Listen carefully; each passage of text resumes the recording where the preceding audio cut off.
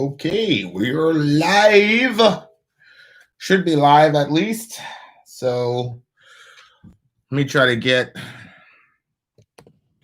everybody up here, get everybody up and running, and then get Patreon taken care of, get everybody taken care of, and then we can hang out. Kit Kat King, what's up? What's up? What's up? What's up, everybody? Chandler Bong in the house. Let me see here. Let me go to the village. Vin and Sori Village right there. Create post. Fireside time.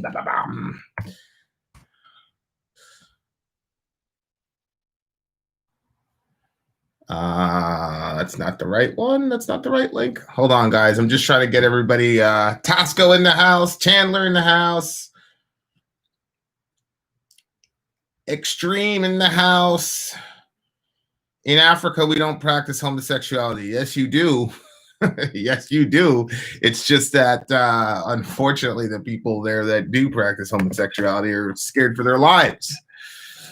But don't deceive yourself into thinking that that doesn't happen in Africa. What in the world, bro?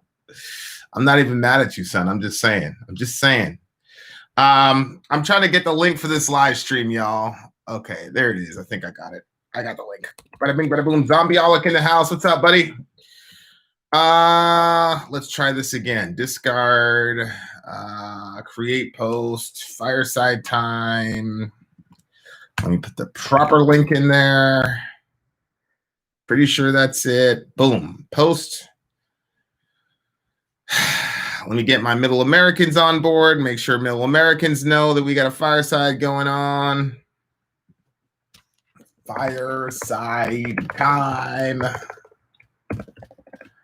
Bada bing, bada boom. Post.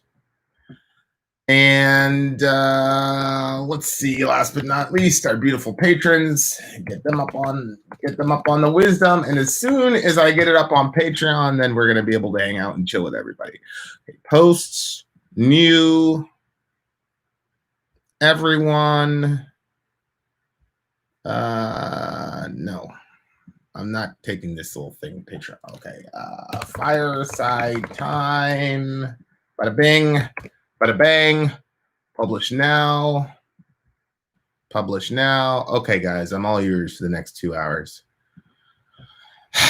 What's the best way to handle soul-numbing levels of depression? There's a lot of ways. One is to talk to a medical professional. 2 is to, if you're an artist, rely on your art, your poetry, whatever. 3 is to pray. 4 is to journal. 5, confide in close friends. 5 is actually pretty important. Isolation during depression is a recipe for complete disaster. So make sure that you're around people, but you have to make sure you're around healthy people. Sometimes depression is about a chemical imbalance, and some of it has to do, that's internal, and sometimes it has to do with environmental or social issues, which are external. So there you go. Is it a chill fireside or an Emmy? It's anything goes type fireside. Zonia. To get my uniform.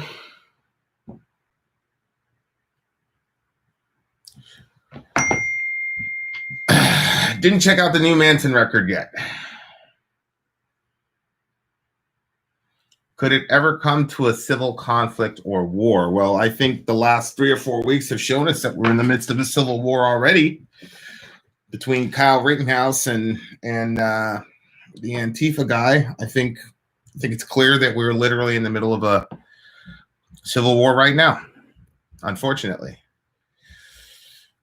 I'm almost done making an orange curry dish. Zonia, when we go to Cali again, I'm going to go to your house and eat.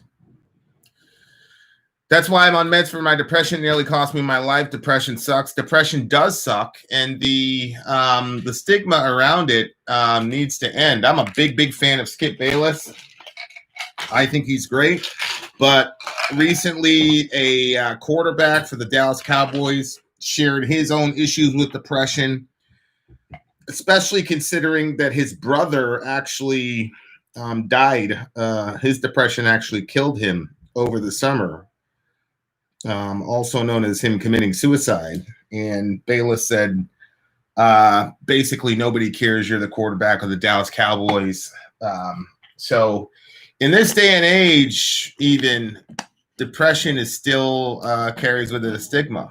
And so it's one of the reasons why I talk a lot about my own mental health battles and the fact that I spent significant amount of time, about half of a year in a mental institution, things like that, when I was around 18 years old, because, you know, in the little influence that we have, I think it's important for people to know that, to take away the stigma as much as possible, because people are dying out here unnecessarily, I think.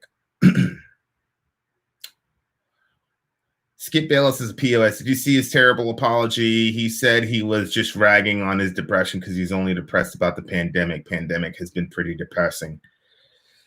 Yeah, I didn't see his apology. You know, I think that there's nothing you could say to backtrack off of something like that. And, you know, it's in these media situations where the more offensive you are, the more real it means you are, and all the nonsense that happens, you know. So I love Skip Bayless, but I think he's dead wrong on that.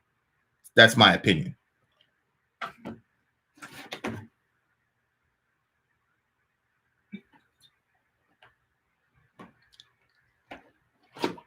Depression, to Zonia's point, is at an all-time high right now. And look, we're social animals. Whether you look at it from a, you know, an atheist Darwinian perspective or a Christian perspective, we're social beings, man.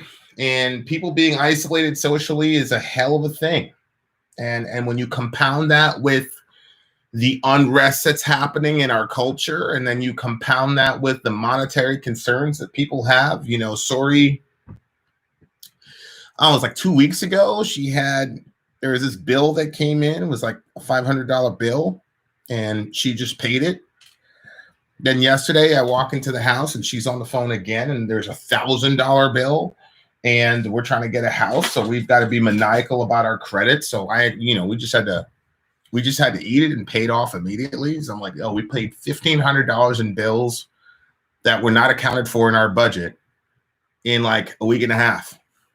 And she was upset, and I'm just like, can you imagine what it's like if you didn't have any sort of disposable income? The average American doesn't even have $1,000 in an emergency fund.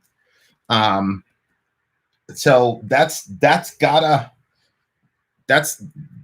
be also playing into a lot of people's depression. And then when you're in that type of situation, you usually go to the bar with your friends or hook up with your friends. You can't do that. I mean, people are in a bad situation. People are in a bad situation right now. And I think, the mental health aspect of COVID is something that I said from the beginning, people are downplaying, but they shouldn't. Yeah, and I don't feel bad for us because of the medical bills. I mean, we're in a situation, alhamdulillah, we're in a situation where it's annoying and it's frustrating, but it's not going to kill us to do that. But there's 28 million Americans who are uninsured, just like we were, where it will kill them to do that. So, people are in a bad way, man. And so to minimize a person's depression because they're the quarterback of the Dallas Cowboys, I think is absolutely it's crazy. It's crazy, and I think he crossed the line there. But people with mental illness are still fair game. You can't go after gay people, you can't go after black people. But people with mental illness, they're still fair game. We could still, you know, mock them and do whatever we can to them. So there isn't much of a social cost that gets paid for people who do that. So Ernie Acosta, I sent you an email, the video of me ripping the porn shirt. Oh, that's great, man. That's awesome. That's really, really awesome. I think it was pretty solid and powerful of Dak to admit that openly. Yeah. Yeah. It's very, very important for people who are, especially for men who are considered alpha male. And I think quarterback, particularly quarterback for the Dallas Cowboys, is like in Americana, the ultimate alpha male position to be in. To admit that weakness, I think is very, very important. And I think if, you know, there's a lot of people that we've lost over the years, that men particularly, if they would have had that, that understanding, would probably still be here.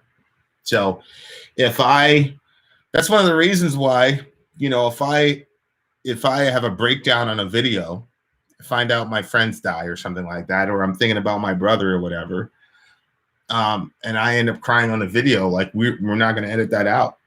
You know, I'm pretty secure in my masculinity, but I also think it's important to display that to people and show the full spectrums of what it means to be a man, and deconstruct some of these crazy ideas.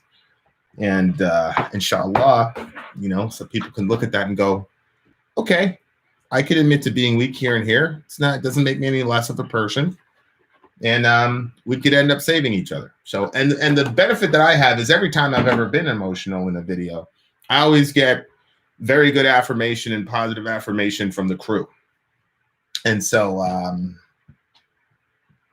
it's been good. Our community's been good about it. But I think, you know, with Skip and what he said about the depression issue and things like that, it's like he just crossed the line there, in my opinion.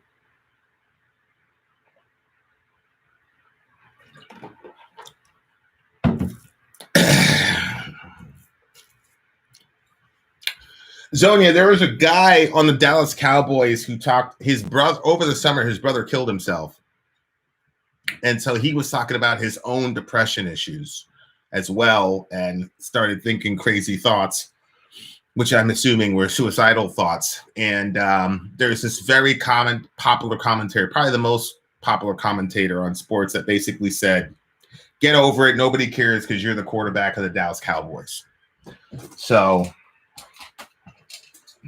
I was commenting on that and mental health as a whole.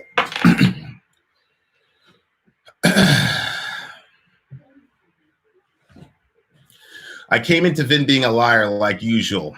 I think calling him on that is warranted. Shout out to Ben Webb. Ben Webb is my guy. Trump creating peace, bro. I don't know about that, my man. He just called the killing of that Antifa guy, he called it retribution. So I don't really see how that's creating peace. Can you kill that light? It's killing me. What one? This behind you? Yeah. Sori's in the house. So the real star of Middle America has arrived, ladies and gents. Oh, this is the Middle America channel? No. I'm sorry. The real star of the Vin and Sori channel has arrived, ladies and gents. Oh my gosh. You know what I'm going to do? I'm going to text somebody. All right. It was very sad when I came upstairs.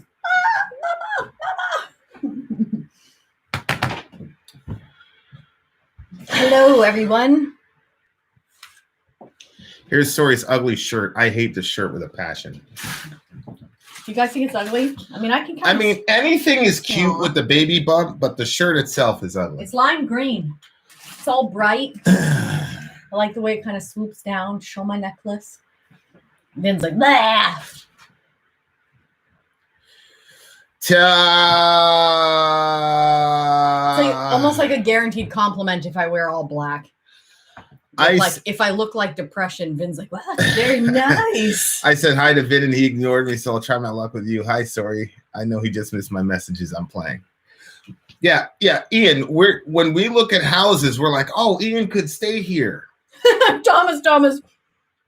Vin What? doesn't like typo negative, so it's not surprising. Hello from Brazil. Shout out to Brazil.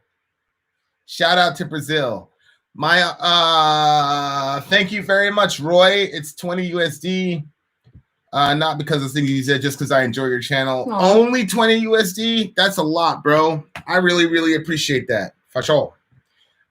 In Innocence 48. What's up? Here's Ernie. If I went out with a bunch of people saying all white lives matter, would that be racist? No. Vin always ignores me. Mr. Toodles, hardy har.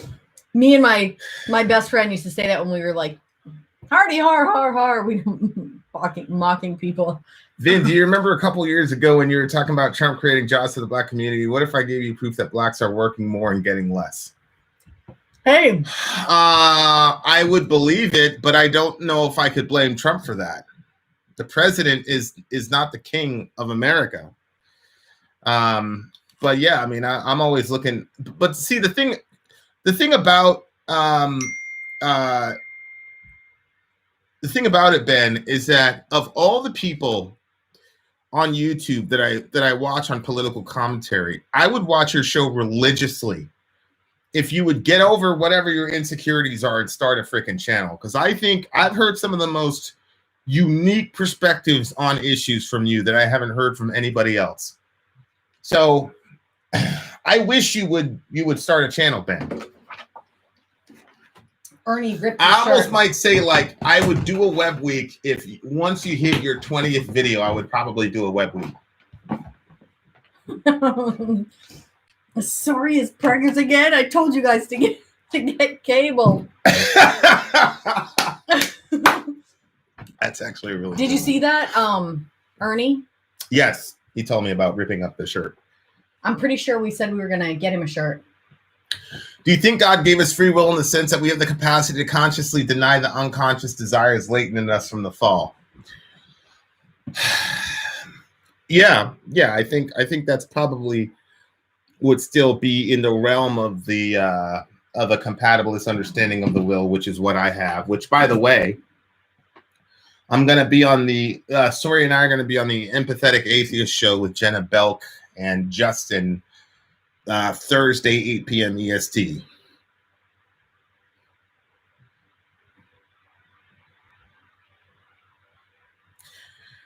And I'm trying to connect with a long-lost friend of ours who's mad at me. I'm turning over a new leaf. Usually when people go crazy and they get mad at me for reasons that I don't think are valid, I'm like, but I've really been trying to really change. And so I'm happy about that. Trump is a buffoon, but he's done a far better job than I ever thought he would. And the Dems had 4 years to come up with a good candidate. But no, Sean, I agree 150% with everything that you just said, aside from the buffoon thing. Just because I'm trying to honor the leader of my people because the Bible says so. I consider making a political channel. I'd actually be more interested in podcasting or something. If I didn't live in the same country I'm advocating the destruction of. Well, you can like subtly advocate the destruction of it. And I don't think you're talking about like the destruction of America as much as you're talking about the destruction of a version of America. I don't look at you, Ben, as a person who hates our country. What's up, Michael Skeen? Proud of you for that Facebook Live video and that convo with the rebel flag wielder. Yeah, the guy was it was a real moment of humanity talking to that dude. It really was. So, yeah. Which Randy Willis, holy hell. Trump is actually trying to create peace in the Middle East instead of starting 7 new wars like Obama. Okay, Randy, I will give you that. Trump is doing a very good job foreign policy-wise than Obama and Bush has done, but I think he has done horrible with creating peace in this country. He's taking a side in a civil war that does not have to materialize. And I think that that's a severe problem. But yes, trying to make peace in the Middle East is always a good thing.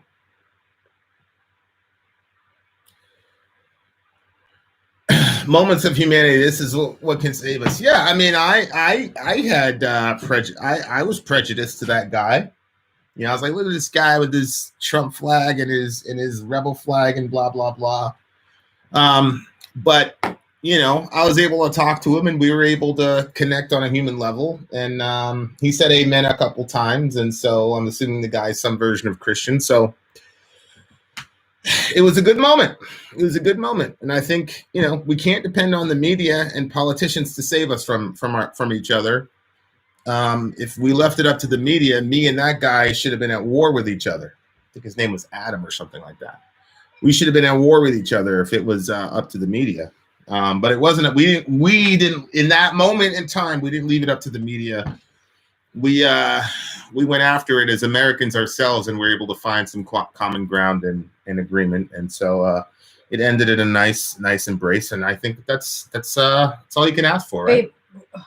Well, I mean, people are talking to me. So he sent me an email, honey. He said he sent it to me an email. I know, but I don't remember what his last name was, and so I was trying to find the email. Well, yeah, but I didn't understand.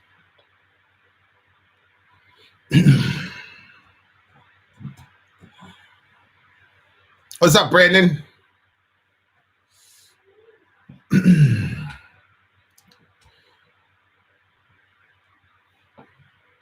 The one who brings peace to the Middle East is the Antichrist in the Bible. Token, show me that. The one who brings peace in the Middle East in the Bible is Jesus, and I don't think Jesus is the Antichrist. I don't know what you're talking about.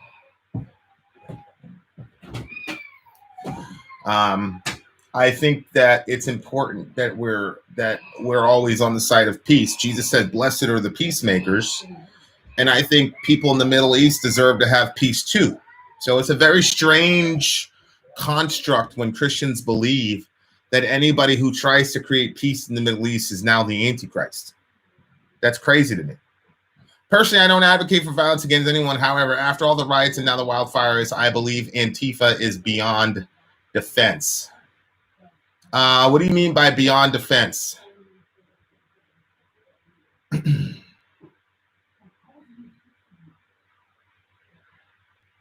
I just saw Slipknot mentioned somewhere. What's up, Cassia in the house. One of my favorite human beings in the planet. Would you be shocked if we find out soon that this race war was created by people behind the curtain? And how far are you in the QAnon movement?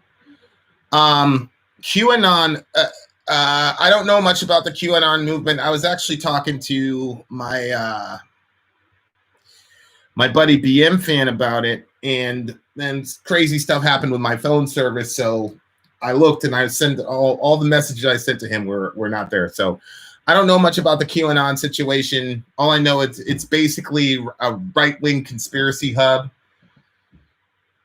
So there you go. Okay, so Daniel 9:27 is telling us that the Antichrist is going to.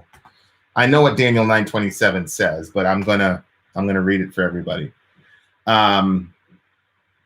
So Daniel 9:27 is usually interpreted as the Antichrist by modern Christians, but for the vast majority of Christian history, it was actually Jesus as the subject.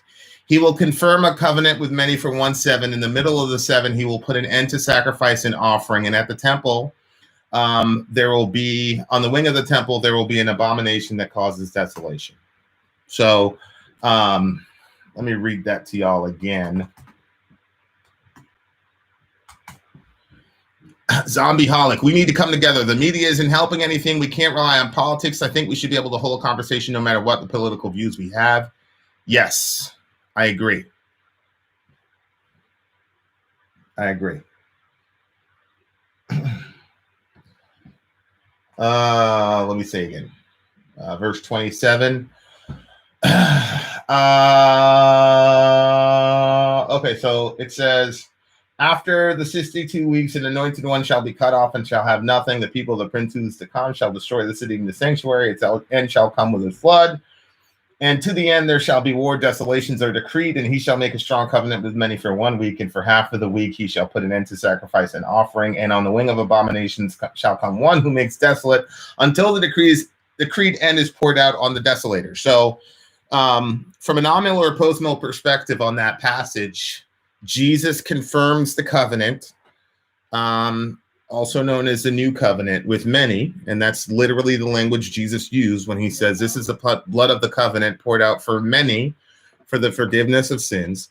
Jesus put an end to sacrifice because, as the book of Hebrews tells us, he is the ultimate and final sacrifice. And then within that generation, the temple was destroyed and abominated by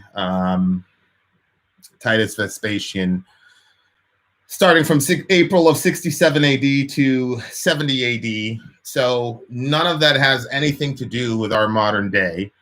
It was talking about the times of the Messiah, which as Christians we believe was Jesus's time, which was 2,000 years ago. None of that says that we should look for perpetual war in the Middle East and that the Middle East will never have peace, and whoever has peace in the Middle East is the Antichrist. And that has been the majority report of the Christian church for 2,000 years. Ben Webb, did you see a few days ago when there were right-wingers randomly checking bars for BLM because they thought that BLM on police blotter was that BLM, Policeman Bureau of Land? Yeah. Yeah, interesting stuff. Why do people still not know that the little horn in Daniel is referring to Antiochus Epiphanes? Yeah, I agree. I believe the little horn in Daniel is Antiochus Epiphanes as well. So, there you go. I mean, I don't see a violent response to Antifa as an act of aggression, but retaliation against their own actions. I'd rather see them in prison than killed, but we reap what we sow. Well, I mean, if we want to say we reap what we sow, then that has a lot more implications than just Antifa, right? Because we have people in certain organizations that kill people on camera, and there's no recourse with those people. So I don't think we want to live in a society where we have this sort of eye for an eye, lex talionis type retribution. Looking at old books for new answers might be the wrong way to go. It might be, or it might be the right way to go. After all, when a person says such and such action is unconstitutional, we're talking about an old document written by a bunch of dead guys. But that old document still has significant ramifications for our world today. So the age of a document doesn't necessarily tell us much about the value of said document.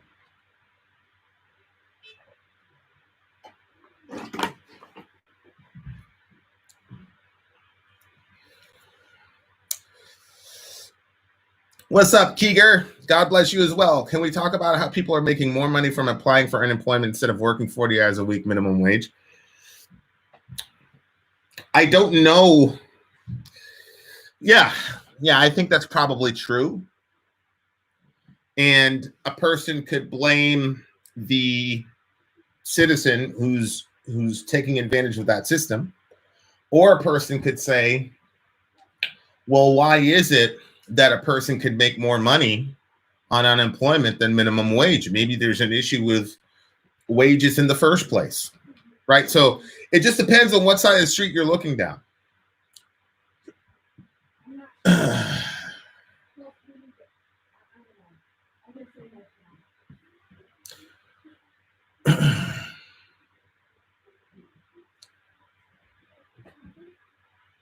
The problem with an eye for an eye is that eventually the whole world ends up blind. Yeah, I agree.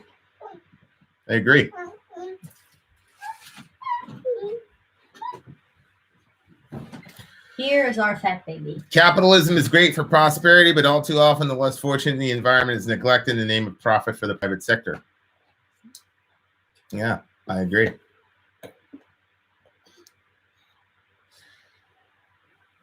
One cannot collect unemployment unless they've been working. That's also true. It's also true. That's more corporatism than capitalism. Yeah, Joseph, but you can't have that version of corporatism without capitalism, right? Do you think if you were not a Christian, you would be against the death penalty? No, I wouldn't be against the death penalty if I wasn't a Christian. I am not personally against the death penalty. I'm convictionally against the death penalty because of Jesus. I don't advocate for it, but what more can the people affected do when the government in these areas is refusing to govern? Well, I don't think it's as simple, AO, as the government refusing to govern. Because that could be easily turned around, right? If a police officer kills a person and then the police officer is not indicted, like Breonna Taylor, her killers haven't even been indicted, could we then say, well, that is an instance where the government is refusing to govern, so now people have to go into their own hands and execute retribution on them? Like I said, we don't want to live in that type of world. So that's how to answer that question. Yes, his name is Orion. People at my job are cutting their own hours to get partial unemployment, and I won't do it. I think I would regret it for a reason I don't even know yet. Well, again, I think that we have to question the system as a whole, mm-hmm. where people would be making more money on unemployment than working a full 40 hours a week. We have to think that through. Rick, where I work, people apply, then work for a day, then quit because it's too much for minimum wage, and they would make more from unemployment.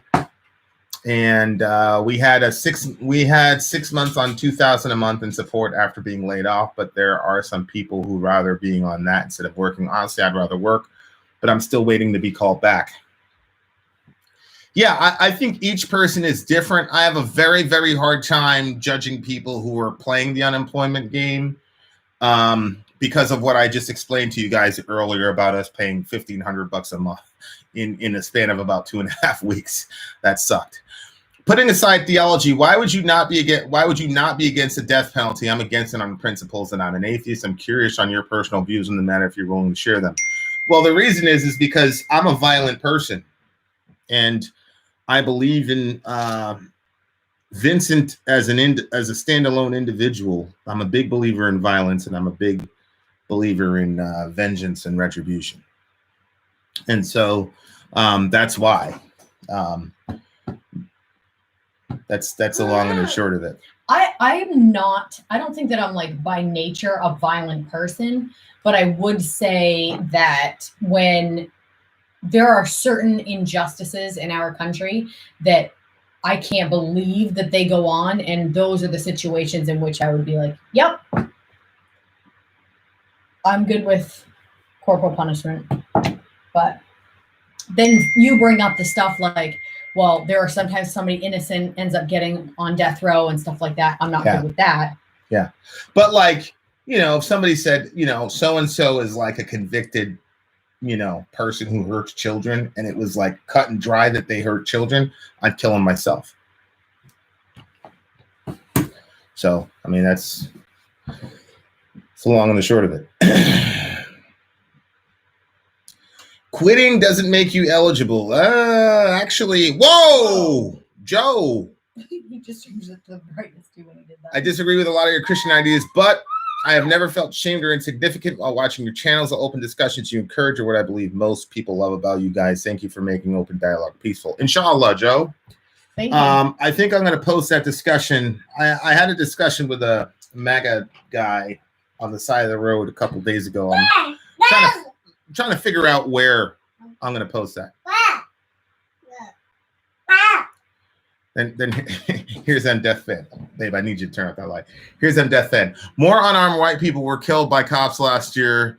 Should we create a divisive WLM group or sports singing a white national anthem? Point being, segregating Americans to solve a collective problem is dumb. Well, Death Fan, I will post it to you. The Harvard Review just came out with a stat that says black males are 3 times more likely to be killed in interactions with police than white males are. So the equivalency that you're making is just not backed up statistically speaking. Remember, black males make up about 12 to 13% of the population. I think white males make up, like 60 to 70 of them. So the argument that continuously gets made is ridiculous. And then it kind of creates this thing like black people are so silly, we don't know how to do math. There's nothing really wrong happening. We're just so dumb that we're just whatever and all that. I think maybe, do a little bit more research or try to listen more to the people you disagree with, and maybe you could learn something. Just an idea. AO tripping. True, Muddy Waters. I have friends in Oregon who live. AO, you don't have to keep doing the super chat thing. I will look for you. Okay. So I appreciate the monetary, I appreciate it, but I hope you don't think that you need to do that so I can find you, because I'll look for you. Okay. I have friends in Oregon who live one town from the fires, seeing Antifa starting these fires and congratulating themselves on social media. Yeah, I think Oregon is a very interesting case. I did a video about Oregon last year with Antifa where basically the mayor or the governor told the cops to stand down while Antifa was running around doing all this craziness. And I thought it was actually very ironic. I was like, this is one of the craziest displays of white privilege I've ever seen in my life, because the vast majority of the troublemakers were all white, and the cops were told to stand down and let them just run amok. It was crazy. It was absolutely crazy. So I agree with you there. I think it's got to be on a case-by-case basis. I think it's got to be on a case-by-case basis.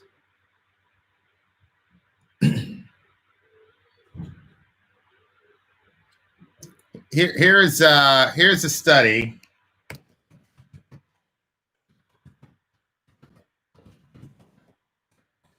Actually had a conversation. I think it was in a fireside or something like that.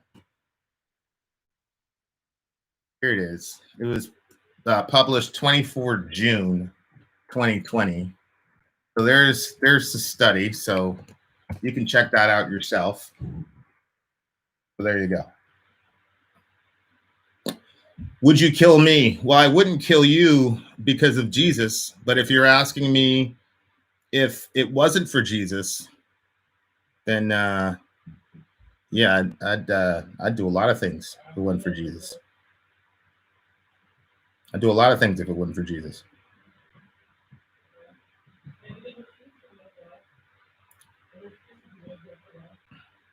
I've been following QAnon for almost 3 years now. If you want to know anything, let me know. Actually, I'm going to reach out to you and ask you about QAnon, because that was a Facebook live stream. Oh, yeah. The person was saying, where's your stats? And I said, if I showed you stats, would it change your mind? He goes, yeah. So then I showed him the stat, and it still didn't change his mind. Kai! Why am I being summoned, oh holiest of all?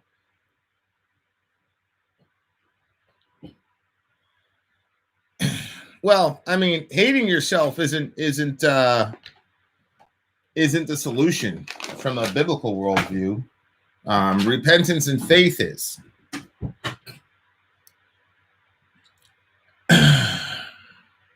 Your best discussion, in my opinion, have been in the reactions to Septic Flesh, Lovecraft's Death, and Opus, All Things Shall Pass. Always appreciate your deep philosophical talks. Yeah, that Septic Flesh song, I still remember that one. That one was pretty, that was a pretty deep song. And anytime I'm on those reviews, I'm like, yo, this review could go on for an hour and a half. And I'm like, okay, we got to cut it off somewhere, because, and like, I won't jump into another topic because, there you go. We must seize the means of production. I'm not sure if I'm that far into my Marxism extreme that I would go there. But my mind has definitely shifted since, bless God, BM Fan and Zonia have introduced me to Marxist/anarchist thought. My mind is definitely shifted. That's for sure.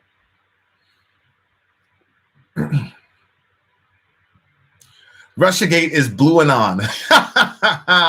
Yes, Pinky. Vin, you have those stats, but what are the stats surrounding the likelihood of a cop being killed in relation to the race of the killer? I don't know.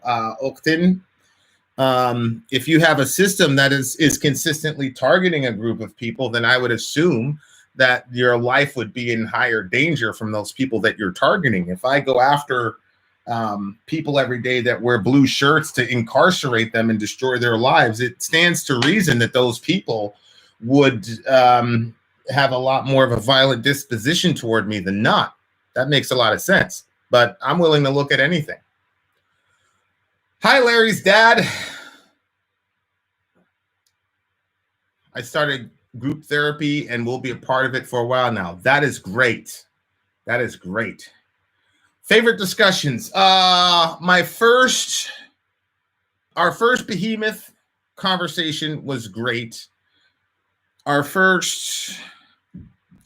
The one that impacted me the most, even though people probably wouldn't know, was Red Blood, Black Soot, talking about the Breaker Boys and all that, and the things that those people went through.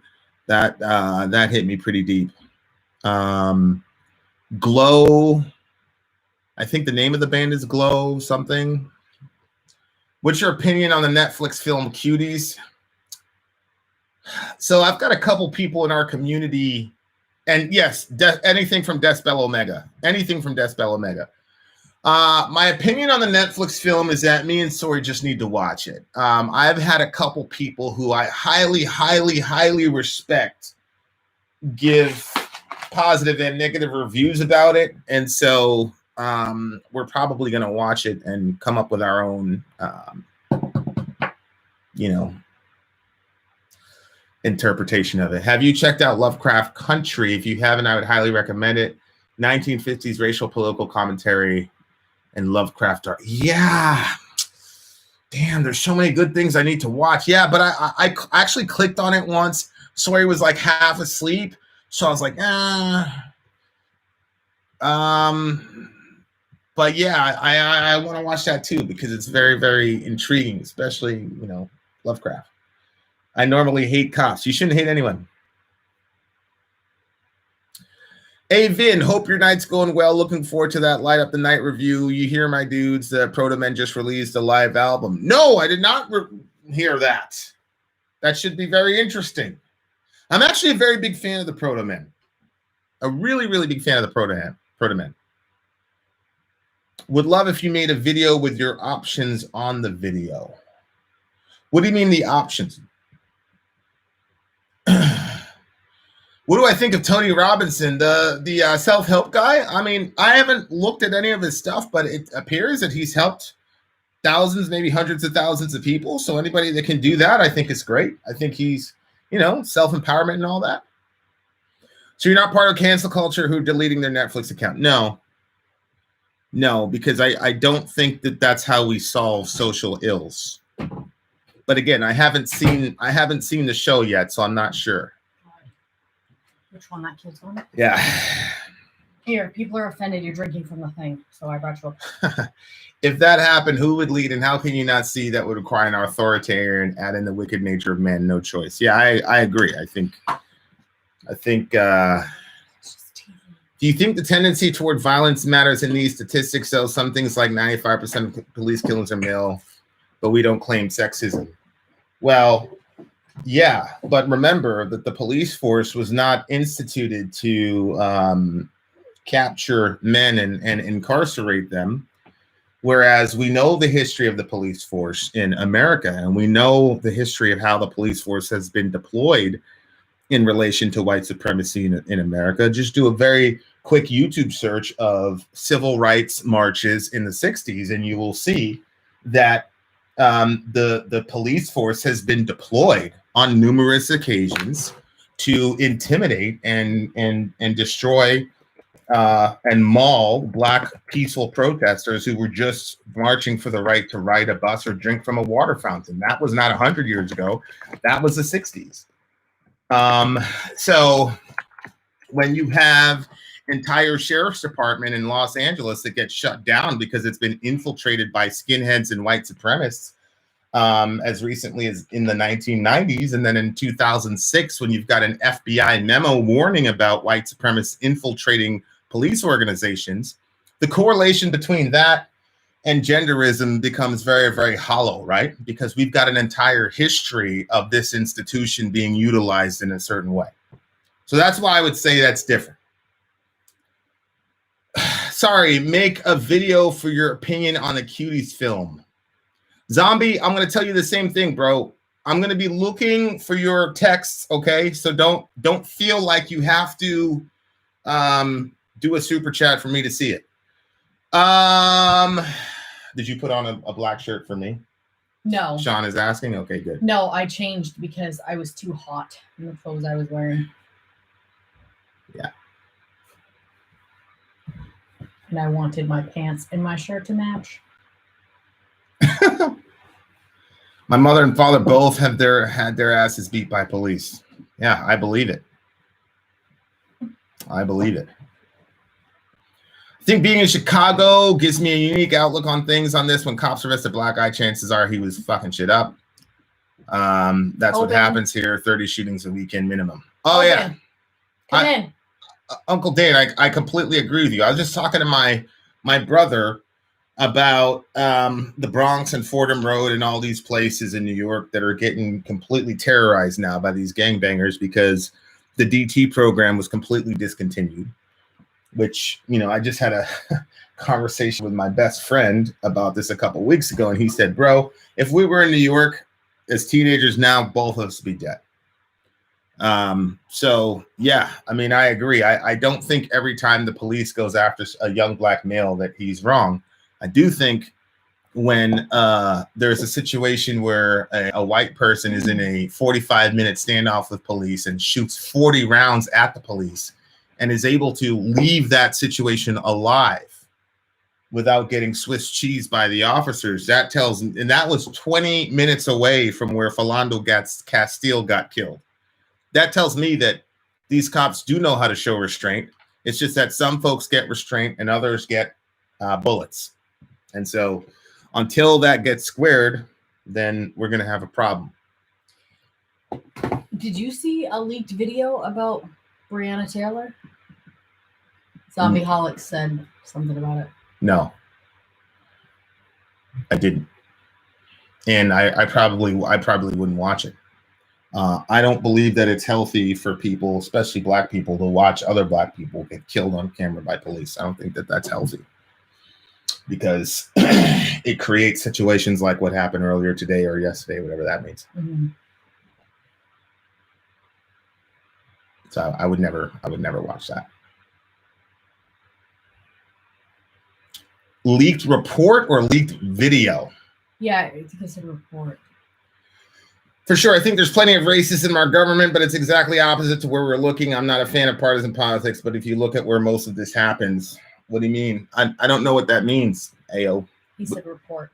Yeah, but what does that mean? Well, what do you mean if I look where most of it happens? Yes, Kai, there is a Christmas in whatever coming soon. Yes, there is, Kai. First, finished watching Handmaid's Tale. Yeah, I watched we watched like 2 episodes of Handmaid's Tale, and I got angry and I shut it off. I agree, great old one.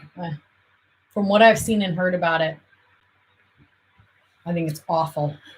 Mr. Vin, Miss Sori, how are you guys doing? Big fan from Bahrain. Mm-hmm. I'm a longtime metalhead, but I've always learned things about the songs after your video. Keep rocking, guys. May Allah bless you girls. Mashallah tabaraka. Jazakallahu khairiyaki. I appreciate it. Thank you very much. Keep rocking. Stay safe over there, my man. The state of police of Indiana had to be taken over because they were all KKK members back in the day. Yeah, right. So to me, I'm just like, when did policing as a universal institution, when did it universally stop being a completely racist institution? You know. So I think that the solutions that we have been offered are way too simplistic on both sides. And I think we need a lot of real thinking to address the ills. Defunding the police in the inner city is horrible. It's a terrible idea. And even people like Al Sharpton are saying it's a horrible idea. So there's that. No, great old one, because some people in that situation put themselves in situations so they can do more harm. And that's not your story. And that's not what you've done for yourself. As far as we know. As far as we know. Yeah. Well, from what you're saying to us. Steak is what a real man eats. Maybe. Providing more training for police is a simplistic solution. Well, it depends on what you mean by more training. Because again, when people say police need training on de-escalation, there was just recently a situation in which there was about a 45-minute standoff. The guy let off 40 rounds, and the Minnesota police brought that guy out alive. And that site, that city, was 20 minutes away from where Philando Castile was killed.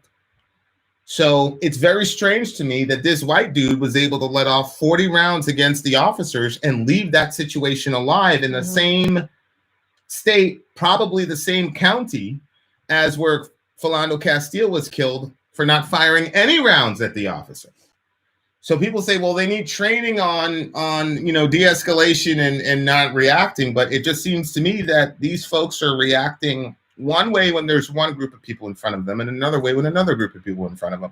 So that's why it's too simplistic to say that they need extra training. What does that mean? Yeah, Ranter Matt, that's absolutely insane. What's insane? There's no need for 2 cops beating a guy down for not showing them his ID. Correct. That's another one. Now, and the thing is I've been in a situation, you were there, where the cop asked for my ID, and I wouldn't even give the guy my name. He said, "What's your name?" I said, "I'm not going to give that to you."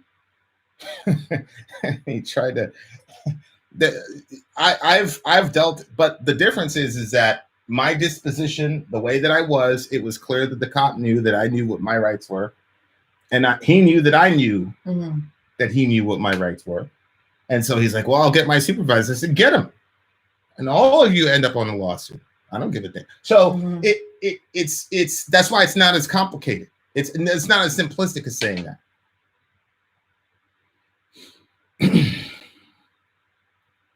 As a medic, I'm required to do continuing education. I think police should as well. That's a very, very good one. Tom Brady threw 2 INTs today. He's on pace. They don't even have a lot of initial training. That's true. That's true. Tom Brady threw 2 INTs. He's on pace for 32 INTs. Maybe it wasn't that Jameis Winston was so bad last year, and this is the Bucs are a terrible team. No.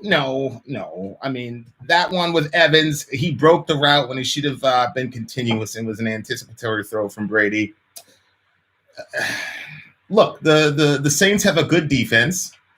The Bucs haven't had any time to really prepare, and the hardest game of their season was the game they played today, and I think they did a very good job. Look, man, I am more confident now that the Bucs are going to go to the Super Bowl than I was before. What debate are they talking about? If you're going to live stream a debate, what debate? I don't know what they're talking about.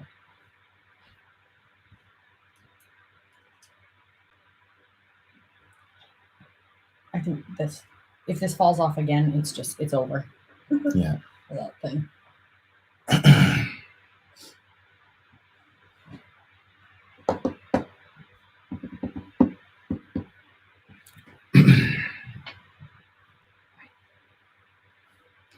Trump versus Biden. I have no idea. Did you say you are leaning toward Marxism? Can you recommend something to read?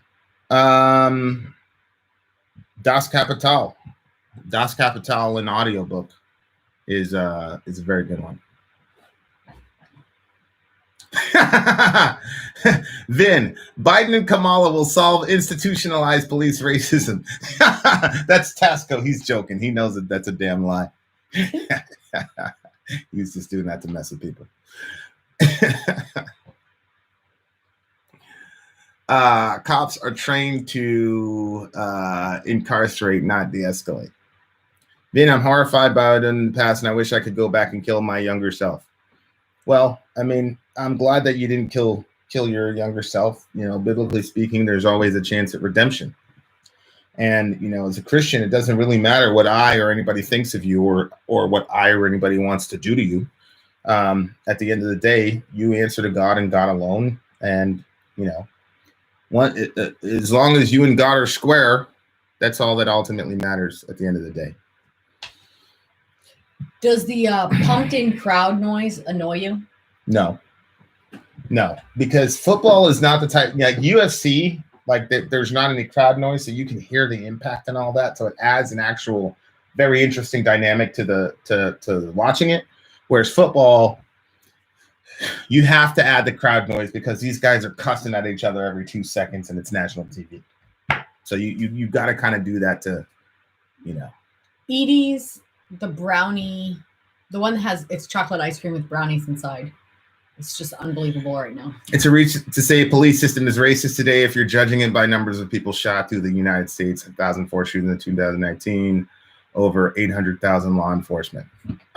Sean, when did policing in America stop becoming a racist institution? Like what year? What year did that happen?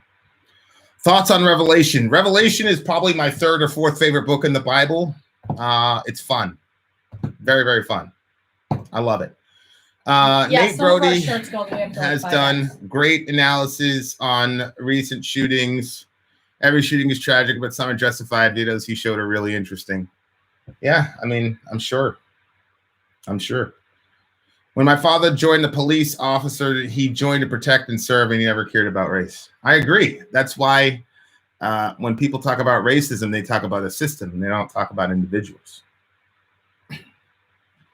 Police fired 41 shots when they killed. How do you say his name? Police fired 41 shots when they killed Amadou Diallo, late 90s. He was unarmed. The officers were found not guilty. Yeah, I remember that. Amadou Diallo. They shot at him 41 times and hit him 17 times, and they were found not guilty. He was an immigrant, and all the police apologists were saying, well, he should have obeyed their commands. He was an immigrant. He didn't know what the hell they were doing. That's awful. Yeah. What are my thoughts on the Gospel of Judas? And the Gospel of Judas is a Gnostic gospel, so obviously, and it's obviously much later, but I do think it provides an interesting peek into the mindset of the Gnostics and why Cyprian and those guys were so horrible to Gnostics.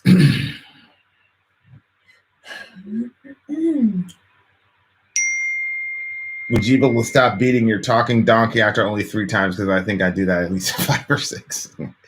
Dusty, are you being serious? Do you think that racism ended when Obama was elected? No, he's being funny. Joking? He's being funny. I would like to have a conversation with you guys about your supernatural theological theory. It'll have to be another time because it's nearly 3 a.m. here. Nice to chat soon, though, if you're up for it. Yeah, Ian, let's do it. Do I think the supernatural? Vin was listening to some creepy stuff last night. Man. Do I think the Gnostics were Essenes? No. The Essenes were essentially applied traditional Judaism, but it applied a very strict form of it, more in line with John the Baptist. They certainly would not have believed that Yahweh was an idiotic demiurge and that all matter was evil and all the rest of it. I mean, they believed in a resurrection of the just and the unjust, et cetera, et cetera. So no, there would be no theological sort of blending between Gnosticism and Essenism at all. Hello from England, long-time follower, first time joining in on a live chat. Welcome, Daniel. I appreciate you. Good to have you here. There's some dude that had a little girl, and he was like one of the first folks from England that I talked to, even before Ian, but I lost touch with him. I forgot his name. Oh, yeah. He sent us a picture? Yes. Of his baby? Yeah. Favorite grunge band? I'm going to have to give the edge to Pearl Jam over Nirvana. We need money out of politics, get rid of the two-party system, then we need to have Senate terms and let Americans vote for laws to pass, actually redo the Constitution. I agree. I agree completely. I agree 100 quadrillion%. Well, you are wrong, Vin. I've been wrong before. I thought I was wrong about something. I was actually wrong about that. It depends on what you're talking about, Sean. Vin, do you think the Anunnaki could have been angels or aliens? I'm almost certain that they were both. Dun, dun, dun. I'm going to bounce. Good night. Much love to all my fellow villagers. Sending out virtual hugs to everyone who needs one. Love is the way forward. And with that, good night to all my friends. Shout out to Ian. Best in the business. Commie Antifa infiltrates BLM. They don't care about racism. They just want to destabilize. Same blueprint every time. Recent example, Yugoslavia. I don't know how you know so much about Antifa or BLM, M. Death Fan, because you don't strike me as somebody who's ever been to one of their meetings. You know, my son just got he had an actual, his first moderated debate with me, and I coached him afterwards, and I said, you know, your problem was during your research, you were hearing about the other side from your side. And anytime you do that, you're always going to get wrecked in a debate. Yep. I did that for many years. Here you go. In way too deep with this stuff. You're in deep. You're in deep, huh? I'm Death Fan. You're in deep with it. You know. Did you look? Gemma wants to know if you got the super chat. Gemma Jean. Yeah. Let me check. Does this tell me all the super chats? Gemma, did you have a question? Gemma, did you have a question that you were asking prior to the super chat question? No. Great. Now we just inserted an ad. Click it Great. Again. No. Vin, considering the Nephilim were called the heroes of old, do you think the Nephilim are basically demythologized demigods, i.e. Gilgamesh? Yeah, I do. I that's long been my theory, honey. We just gotta let her repeat what she was gonna say, okay? Because there's lots of people here. The stream is going, and that's why I ended up missing stuff. Yes, and I think that it explains a lot of the ancient Near Eastern stuff about those beings. So yes. Actually, my favorite teacher, Michael Heiser, one of my favorite teachers, Michael Heiser, actually made the argument that Gilgamesh was actually one of the Nephilim. Is there anything you have strongly disagreed with in your faith? What made it easier for you? Well, I've disagreed with the concept of hell. I'm not a fan of the concept of hell at all. I'm not a fan of Jesus's nonviolent stuff either. I'm not really a fan of that either. So I've disagreed with both of them. The way that I reconcile it is to say, well, Jesus probably knows more about how the world should work than I do.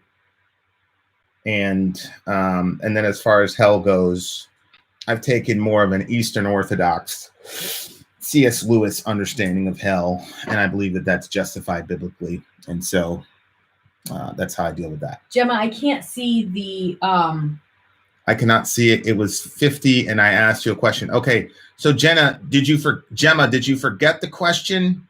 And I'm sorry for missing the super chat. Fush all. But But we can't see for sure if it came through or not. So if you just repost your question. If you could repost your question, that would be great. Or you know what you could do is you could log in from here and then look on the other computer. See what I'm saying?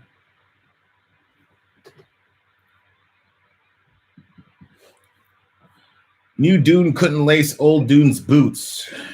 What's good, Jay? Jay, Jesus flipping tables was not a violent act? I don't know. Hell is Melbourne, Australia right now, I bet. Have you ever heard of Eugene Debs? He was a socialist who ran for president in 1912 and got thrown in jail for opposing America joining World War I. Holy hell, no, I did not know that. Reason asking is bank has deducted, just want to get your money. I am on YouTube. Thank you very much for that, Gemma. Sori is going backwards and looking. I'm pretty sure we've had it, but I've always heard Christians came up with the concept of hell, but more Muslims believe in hell than Christians. The hell thing is oh my gosh, you should see the disgusting ad that's on our thing. What is it? You don't even want to know. Oh my God. Have you ever listened to Everywhere at the End of the Album by Caretaker? No, I have not. It's amazing to me that it is exclusively white dudes that defend police racism. Like, if you ain't black, how can you even comment on it? You have no idea what it's like. Yeah, it is very interesting. It's very interesting. Vin, what are your thoughts about Self-Reliance by Ralph Waldo Emerson? Lisa, I have not read that book. Dante's version of hell is what most people think hell is. Yeah, I don't think Dante's version of hell is really the biblical hell. And we went through that in a 2-hour Bible boogie one time. Michael Skeen, love to you, peeps. Shout out to my fellow veterans. Please reach out if you ever need a chat. The struggle can be real. Yeah. And we started the show, Michael, talking about mental health issues and things like that. So thank you.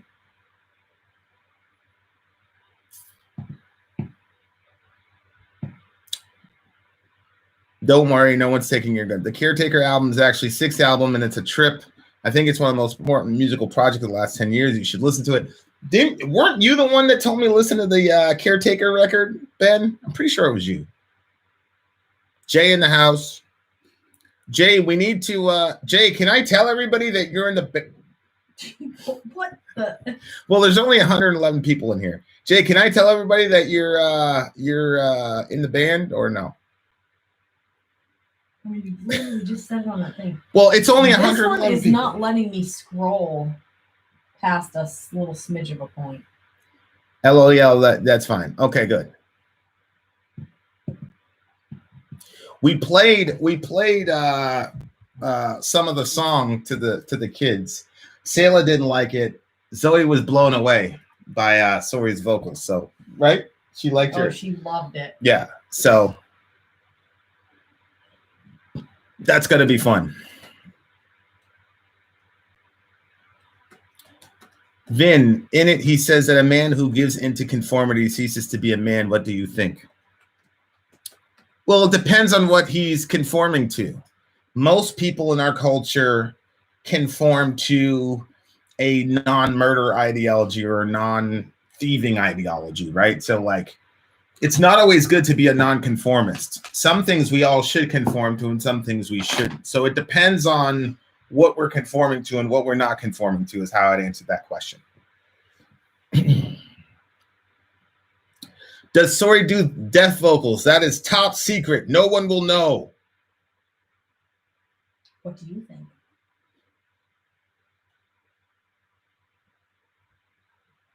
Well, yeah, Mr. Toodles.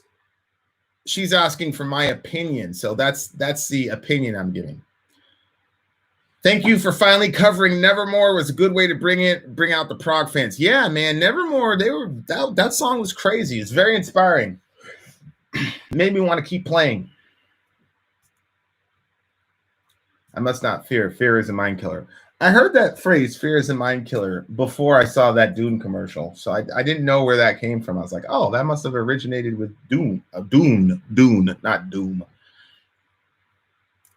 Did she post or he post their question, Gemma? I haven't seen it. Because I don't see the super chat, but you can still post your question. Hey, Lulcifer. Remember Lulcifer? Yes. I've been enjoying your Proto Men reactions. You guys should check out Proto Men. I listen to that song every single freaking day. Yeah. As well as what's that? The Roots of the Mountain song. That tremolo part in the middle was so freaking beautiful. I loved it. Theological question. Can a court determine that God has no governing power within a political system? If so, is that not the revocation of his omnipotent status? Can arbitration end God? No, because biblically speaking, God's omnipotence has to do with the fact that when he wills to do something, no one can stop him in the earth beneath or the heavens above. So it doesn't matter. I mean, technically, Ben, every time somebody sins, they are basically saying they're limiting God's power, right? So no. And the irony of the whole thing is that if a court actually came and convened and made such a declaration, they would be playing right into God's hands, much like, Satan entering into Judas to betray Christ was playing right into God's playbook.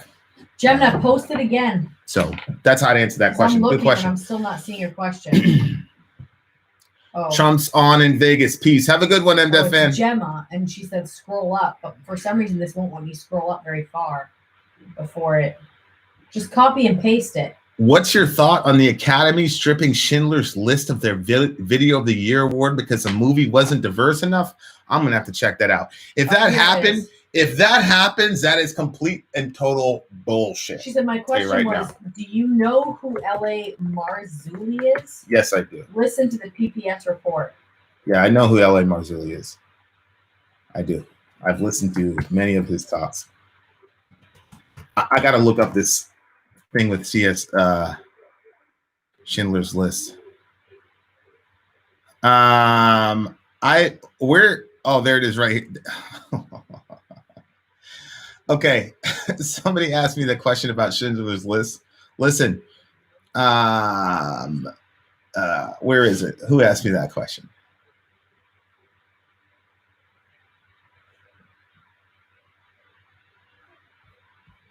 Where did it go? Where did it go? Okay. Anyway, no, Schindler's List did not lose any Academy Awards for that. That was a Babylon Bee publication, and the Babylon Bee is a satire site. It's not real. So anything you see on the Babylon Bee it's not real.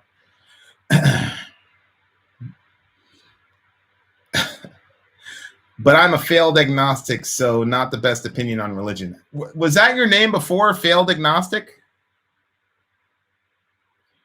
Did you see the diversity requirements for the Oscars next year? I'm not a fan of imposed diversity requirements in the entertainment sphere. The Academy was not built for us or by us, and I'm not a fan of black folks constantly wanting the approval of white folks. Why can't you start your own Black Academy Awards and be good with that? Why do you have to be recognized by white people? So to me, I'm not a fan of diversity quotas or anything like that. It's like, come on.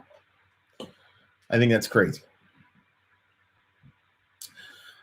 Ben Webb said something about God. Let me see. He said something else. Something horrible that we should keep him off the thing for. Well, Ben always has these really well thought out questions. So what you're saying is we should remove God's power because that is what God wants. Well, if a panel of human beings voted to remove God's power, it would be playing right into God's hands somehow, some way that we would not figure out until it's too late. So that's how to answer that question. I think the Oscars are silly. Yeah. I mean, Vin seems kind of racist to me, just saying. Joe, that's a good question. I've often said that racism is probably one of the easiest sins to fall into. So you could be right. You could be right. What's the best song you hate to like? I don't know, but I wish I could think of it because I like that question.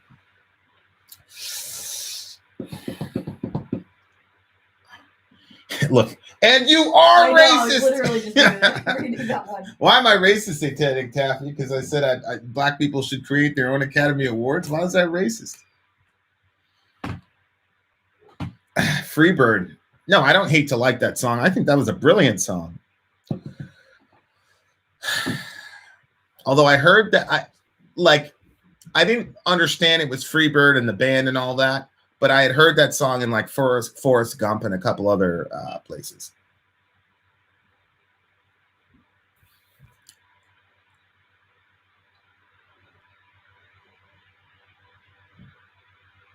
Mr. Toodles. What? Kissed a Girl by Katy Perry. You know what? That is one that kind of gets stuck in my head. Do you like Here Comes the Sun? Rammstein did a song where that was one of the lines. What do you think of Christopher Hitchens?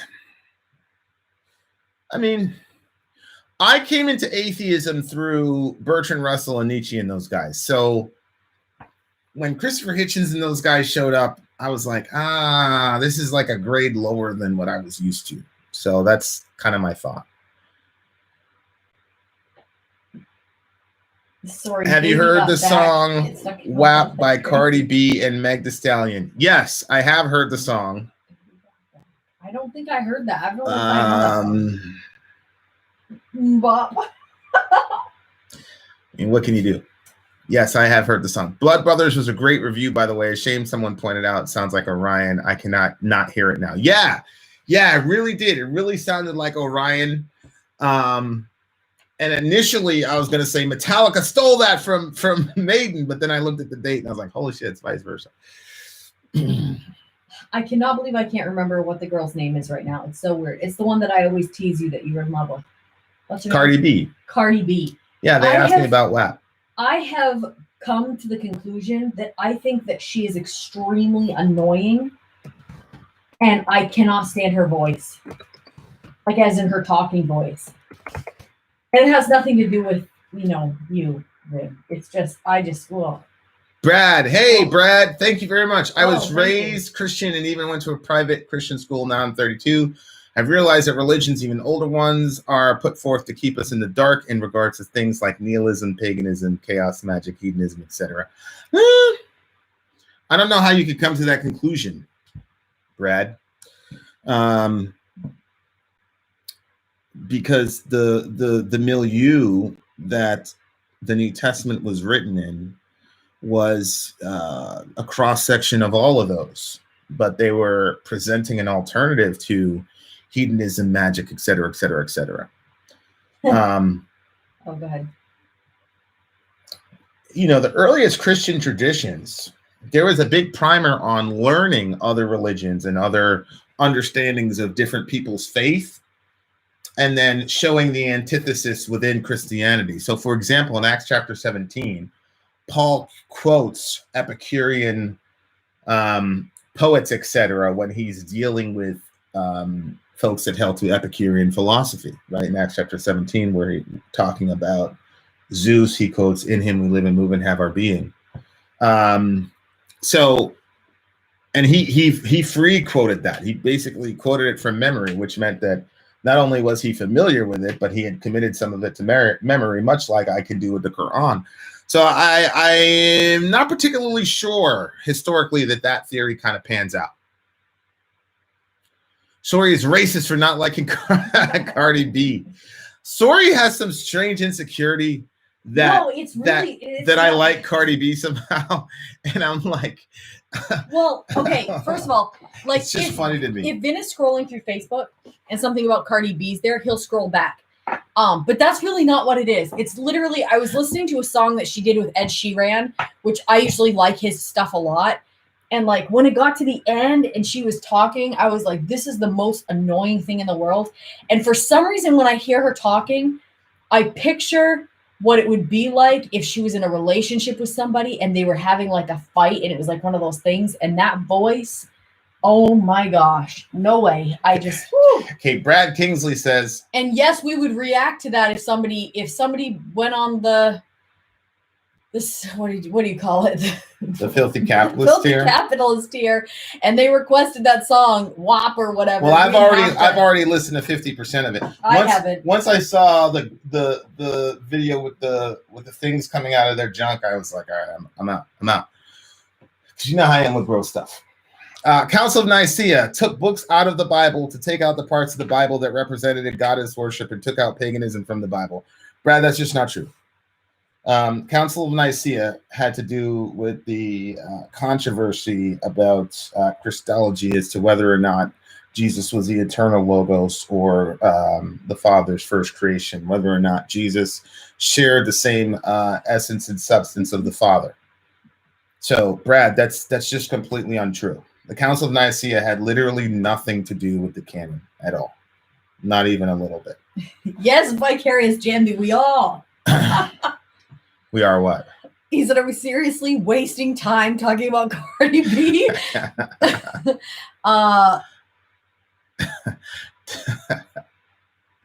Even though I'm an atheist, I don't care what I believe as long as it keeps them safe and happy. I know that my way isn't the only way. I hope others strive. Ugh. I think, yeah, very possible. Poor human nature. What is the Cardi B? I'm sure Vin will be able to give you a full explanation. Let's see if the Jews help the American taxpayer for all the help they give to Israel. Satanic Taffy loves Ben Shapiro. Satanic Taffy thinks I'm a racist. Satanic Taffy thinks I'm a racist, and I'm not necessarily denying it. I just want to know like why he thinks I'm a racist. Oh yeah.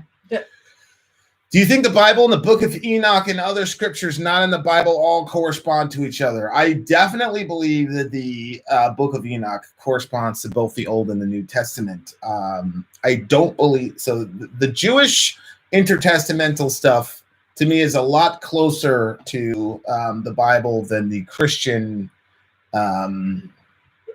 Gnostic stuff. And I'm saying Christian in quotations. Daniel Reeves said if we're ever over in the UK, hit him up because his best friend is cousins with Ed Sheeran.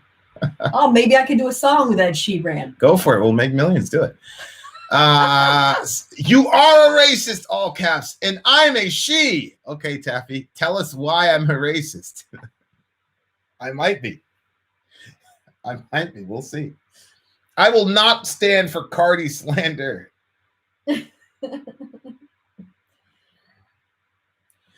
It's strange seeing how super religious people act towards explicit sexual themes, but when it comes to their wives, it's free real estate. Not sure what that means. I was like, what does that mean? Sori is not free real estate for me, and Sori is super religious, and she loves. I'm not going to finish that sentence. I was very curious to see where you were going to go with that. Tasco. Cardi B sounds like an STD. Like, ew. You should have a look at that. You might have stock for a law. I feel so bad joking about that. It was terrible. It's terrible. It's terrible. Terrible. That's so bad. That's so bad. Council of Nicaea gathered to determine the divinity of Jesus. I'm pagan. Even I know that. Granted, I did teach history. Right, Cassia. Right. You must be a racist if you love the current corporate imperialist regime. Can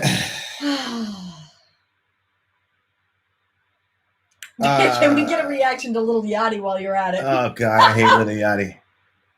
Good evening, my friends. I'm so happy I finally made one of these chats. Been watching since 20K. Whoa, congrats on all the success. I love you. You make amazing content. Thank you so much, Roscoe. I appreciate it. Still crazy to me that people subscribe to the channel. Babe, do you remember when we first started the channel and we were only like 2 months deep or something like that? And people would say, I've been with you guys for a year. I've been asking for a reaction. And we're like, yo, it's been a year. We just started 2 months ago. March. And it's May. Maybe they did the Tenet thing. Like they went to the future. And and then they came back. Vin, you're a very smart dude. Thanks. I appreciate it. I really, really appreciate it. Like when you reacted to Book Deek, that's something I'd see any other weekend and come home from. You acted like it was something completely new that's never been seen before. Well, I hadn't seen it before, bro. You know what I'm saying? What? You're a smart dude? Somebody said I was a smart for dude. A black guy? No. You're a racist. No. Given the current state of society, do you think another Jonestown is possible? Yes, I absolutely do. And I think it's going to come from another sort of Christian variant group, unfortunately, because of their obsession with the quote unquote end times. So yes, I agree. That's actually a very good, Lisa, observation. I'm actually surprised that it hasn't happened yet. That's how much I think it's going to. Yeah, I agree. Give me the loot. And then she rock and jump. I'm taking her to knockers. And then she's resistant. Baka, baka, baka. Go get your man, bitch. He can get robbed too. Tell him Biggie took it. What the fuck are you gonna do? Oh, Lord. In Mark 15, it says the whole Sanhedrin made their plans. Jesus was bound and handed over to Pilate. Is there any confirmation of individual votes? It's hard to believe they all voted one way. Well, I think in Luke, you see that there's dissension among the Sanhedrin. Sanhedrin was a combination of the Sadducees and the Pharisees, and a lot of that just had to do with elitism and money. Surprise, surprise. But you definitely see Joseph of Arimathea and Nicodemus, I think it's in Luke, disagreeing with the decision.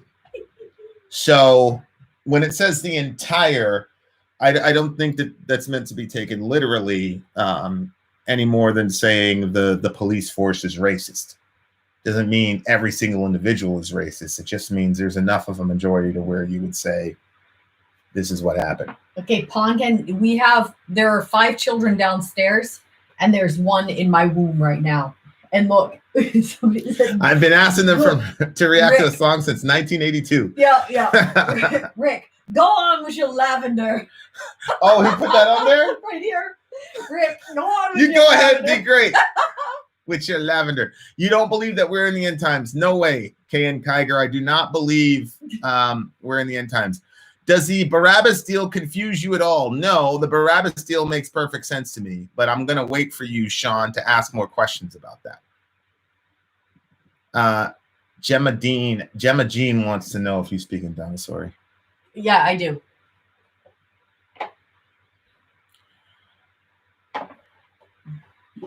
New Saurusism for the Merriam-Webster. Ed Sheeran. And pets too? No, we had a dog, but we got rid of it because we weren't going to continue on with that stupidity. But I showed Vin this video of this micro teacup Pomeranian, and it was like so cute. And they put a little robe on it. It was so cute. I screamed in the car because it was adorable. Vin's like, "What is that?" And I'm like, "Look at this little thing." And he looked at it. He was like, "I want one. As soon as we move, I'm getting one." I'm like, "Are you serious? Like, our kids will probably kill it in a week." I'm afraid that people aren't going to be paying attention and they'll close it in a door or something. But I don't know. Can you please react to Middle Eastern metal bands? And I recommend Arasakuda. Cheers from Iraq. Send me an email, Yali. It's not foggy in here. It's just our lighting is bad. I had a business partner named Ramez one time. Why is it so foggy in your room? It's not really foggy in my room. We're just using the bootleg MacBook camera instead of our actual DSLR camera. It pisses me off every time. There's something going on. Like, we can't see, like, our whole setup was working great. It's not working anymore. The same thing is happening. Like iMovie, all of a sudden it just changed. And now I can't upload anything higher than like 540 or something. So I don't know what's up with that. I might end up, Vin's still trying to come up with a fix, but I might try meeting up with Zonia, because Zonia said she'd offer her assistance if I need help. Yeah, I agree with you, Perkinos. I agree. Yeah, I don't think we're in the end times at all, but I know a lot of people that do believe that. I wish we had some more typo on the list, but I don't think there's anything coming up. It's blurry because they are blocking face recognition software. That's right. Barabbas means son of the father. Yeah. You know, like Simon Bar Jonas, son of Jonas. I actually read a standalone paper from a university professor who was arguing that Jesus was actually Barabbas' first name. So you had to choose between Jesus called Christ or Jesus, son of the Father, which would be Barabbas. So, yeah. Daniel, I think when I started realizing that there was some use for metal music was when I heard the Slipknot "Some People Equal Shit." Because I was in such a wacky phase of my life that when I heard that song, I was like, okay. Yeah. You know, it's the end times that Vin and Sori can only upload in standard definition. Can I pay for my friend's Patreon membership? He wants to join Sin and Glory. Yes, you can. Just work that out with Sori, please. Yep. Message me on Patreon and we'll talk about it. It looks like, we just got rid of the dog. We had the dog, and then the kids were not taking care of it. This thing was going to the bathroom in all of our apartment. And you have to understand, our apartment is too small for the amount of people that are in it. And having that dog like going to the bathroom, then the dog started doing other gross things around the apartment. And then the dog was outside going after all the little kids in the neighborhood. He would like literally, the kids were like running and crying. He was attacking them. He wasn't even that big, but you know how small dogs, like they have like this, I don't know, this little dog syndrome or something. Well, anyway, he ended up biting a little girl in the neighborhood. According to the kids, she was kind of antagonizing him. But that was kind of the last straw. Like the apartment owner was coming after us on it, and so we got rid of it. We brought it to the SPCA. Probably a dumb question, but still, it says in the Bible to not lie to one another, but Abraham lies about his wife being his sister. Is it okay to lie if you have good intent? She was his half sister. Yeah, but he still lied in the sense that he had the intention to deceive. Yeah. I don't think that's a dumb question. I think it touches on something. Namely, one of the things that makes the Bible different from standard ancient Near Eastern books is that the Old Testament constantly sets up a hero and then destroys him. So it sets him up as this great person, great faith, and then they have this horrible Achilles heel. It happens all the time. So you're supposed to look at Abraham and say, that lie was based on the fact that he was full of fear, which is based on the fact that he did not, at that moment in his life, have enough faith in God to believe that God would protect him. And so he sold his wife out, basically, to cover his own skin. I mean, the lie was terrible, but the worst part about it for me was that he allowed his wife essentially to almost get violated by, this guy because he was scared for his own life. So no, that doesn't mean it's okay. The fact that somebody in the Bible does something doesn't mean it's sanctioned by God at all. But the Bible goes out of its way to talk about the flaws in all of its heroes because there's a strategy happening, scripturally speaking. Genesis 3 has the fall, and then God promises that there's going to come someone who can overcome Satan. And so the rest of the Old Testament is sort of this subliminal, like, could he be the guy? Could he be the guy? So it focuses in on very, very specific people, and they always crash and burn at the end. And so you're supposed to say, well, shit, where's the guy? And then obviously the New Testament comes in and you go, oh, that's the guy. So no, you're not supposed to look at Abraham as your ultimate example. It's very, you caught the fact that he was a damn liar and a coward, etc. So, yeah, I agree with you. He's Satanic terrible. Taffy. Yes, I know the dog needed to be trained, and we, as the adults, did not have the time to do that, and the kids were too lazy to bring it out, so it wasn't really working. And yes, obviously, I felt bad for the dog. It's just it just couldn't work with our family at the time. That's why I told him, I'm like, if you want to get one of those little dogs, you got to pay to have it trained because I don't have time to train a little dog. Yeah, the next dog I get is going to be fully trained and all that. It's going to be my dog, and the kids aren't going to have anything to do with it. Right, Kiger. Jesus is the only one without sin. Correct. So if Abraham does something, all we do is compare him to Jesus. And when he looks like Jesus, then we follow him. When he doesn't, we say, okay, well, you suck there. But I think the Abraham story and that question is so important to display that the Bible never says, if you're a good person, you are in with God. Like, that's not how it goes.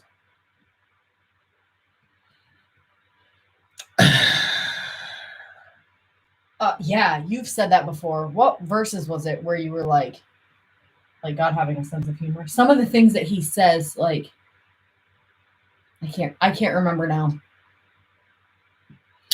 Well, Psalm 2 is funny. It says, he who sits in the heavens laughs, the Lord holds him in derision. You guys are disgusting. Just take care of it. Jason, Elijah, after this great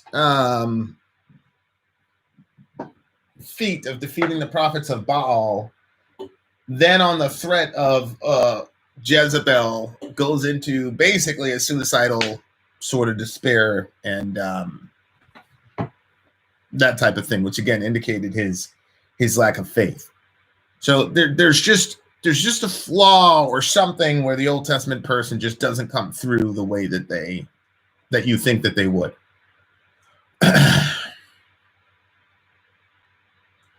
Christians go out of the way to say that you have to completely commit in order to be counted among them. Well, A11, I mean, hell, man. There is a sense in which if you completely committed to Christ, you would never sin. So whoever's saying that is crazy.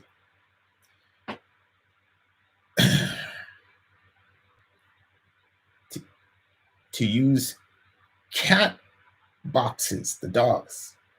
That's crazy. I mean, I'm sure you can. It's just, but like I said, there's just no time for it. I mean, we homeschool. We've got a bunch of kids. There wasn't time to. Right, Ponk. Yeah. Like I had dogs and cats in the past, and I was fine with those, but I didn't have this many kids.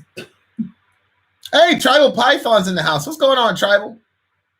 I thought it was funny when Sarah laughed about having the baby, and God says, "But you did laugh." Yeah. That part I always feel like is creepy. When she says, I didn't laugh, and he goes, "Oh, but you did." I feel like there's like that. You can literally see right through me feeling right there. Hello, ain't nobody. What do you think Ezekiel 1:16 really is? I am not certain, Gemma. I'm really not certain. It is a very interesting one, though. But I'm not sure what it is. Did we ever listen to ETW? I don't know what that is. I don't think so. Not sure. I know I love my Tremonti shirt. I mean, I'm like 6.5 months along or something. I'm still trying to stuff myself into it. This is an interesting question. Is there evidence of important characters in the Bible with psychological issues that played into their behavior? Immediately, I think about David and Jeremiah. David seemed to be almost bipolar in his life. And you'll see these phrases tacked one on top of the other. He talked about being depressed. He talked about weeping all the time. And then the next thing he'd be like, "Yay, I'm over the moon." So it seemed like there was some. And then Jeremiah just seems to be like me, kind of major depression as just a rule. So yeah, I do think there's evidence in the Bible where people have mental issues. For sure. Rick, stop. You're going to be great, sweetheart. You're turning red from your back. You're turning red from the back. No, not from the back. It's from your back. It's hilarious the way he words it. We want more, probably. Vin and I would like, so when I married Vin, he had 3 kids and I had 1. And then this is our second one together. So we'd probably end up having like 5 together. I wanted to write a book about how Jesus was the first case of megalomania. I think you'd have a hard time convincing anybody about that one, buddy, because the whole allowing himself to be killed thing. Did you watch Palm Springs? I don't know what that is. Philippians 4:6 was written for us that deal with depression. True story. I agree with that. I predict that God will raise up a musical movement similar to the grunge movement with charismatic frontmen to preach the truth in the gospel and bring souls in these last days. Well, if it happens, we'll definitely be reviewing them.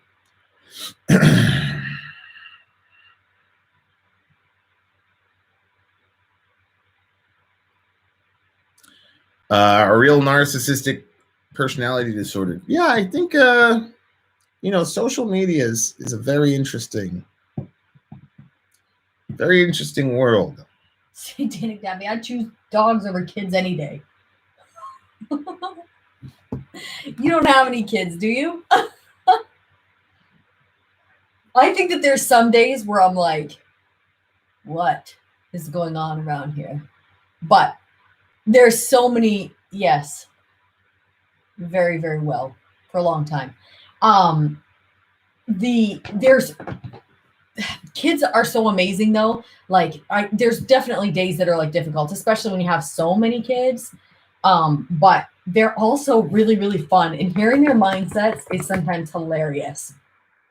I think the reason 3 books are removed from the Bible because it had things that went against the way of Christ, from making it seem though Christ is as amazing as he seems to be.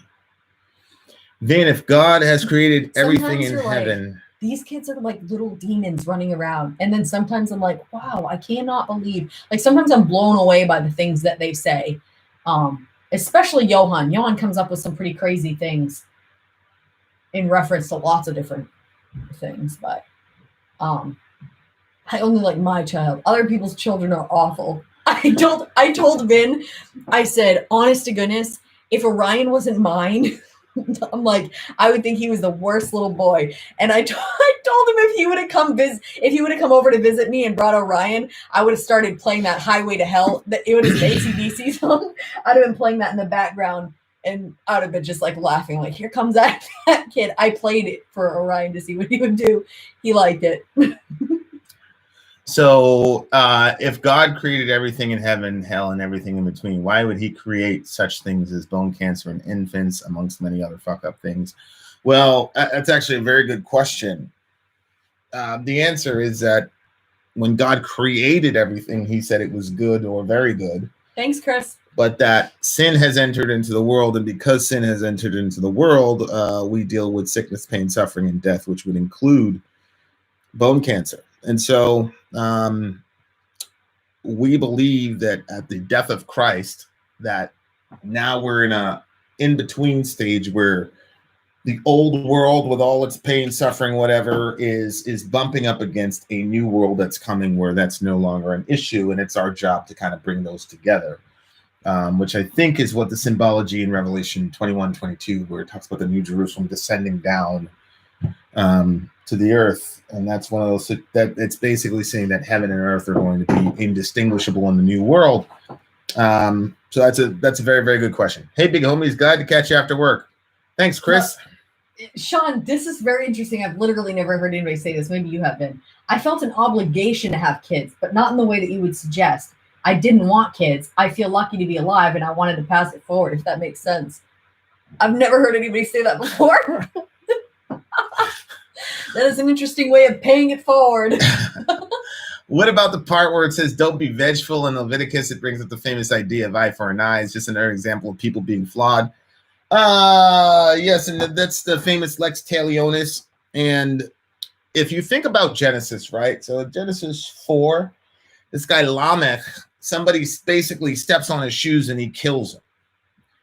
Or there's another issue in Genesis where this woman named Dinah gets raped, and so her brothers go into the entire village and slaughter everybody. So what was happening in the biblical world, and certainly in ancient Near East, if somebody did something to you, you were responding in a way that was just completely overblown, where the punishment didn't fit the crime. So the lex talionis, eye for eye, tooth for tooth, etc., was there to regulate the impulse for vengeance and violence in response to that type of situation. It wasn't God's ideal, but he was managing that sin, because at the time we did not have Jesus as an example. And so eye for an eye wasn't about vengeance. It was about limiting the compulsion to make the punishment much more grievous than the actual crime. So that's how I would answer that question. Portia, go ahead. Tell us what it was. I have one of those, but I think it was actually a nightmare that actually happened.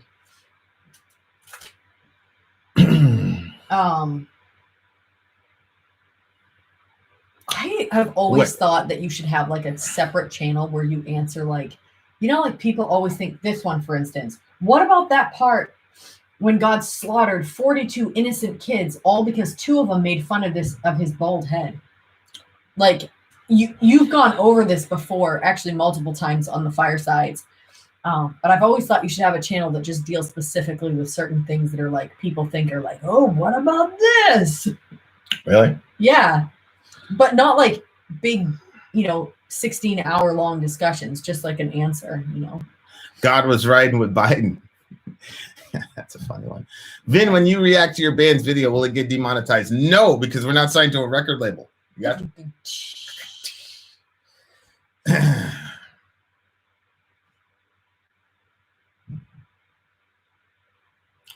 My band is 4. My little boy is 4 months old. Corn, Slipknot, Rammstein. I'm not really sorry, might disagree. I'm not really a fan of like restricting kids from many things. To me, as a parent, we watch it together and we go, okay, this is what's going on. This is what we're saying. This is why it doesn't match with the biblical worldview. If you have a biblical worldview, then it's going to work. If not, then you're going to have different opinions for your kids. So I'm more of, let's have a conversation about it. Let's watch it together, have a conversation about it, unless it's like crazy. Vin and I would, I don't know, probably maybe disagree on this one. I would not restrict Korn or Slipknot, but I think some of the Rammstein videos are extremely disgusting, and I don't think that I wouldn't let my kid, like where he looked like he was having like this giant dick and he was coming over the crowd. I wouldn't want my kids seeing that. I think that's just too much.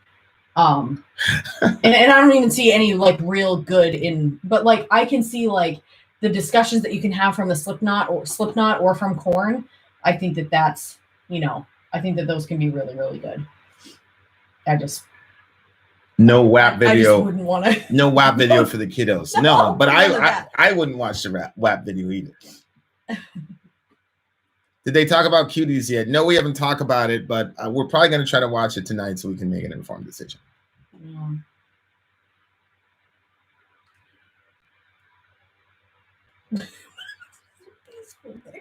What in the world?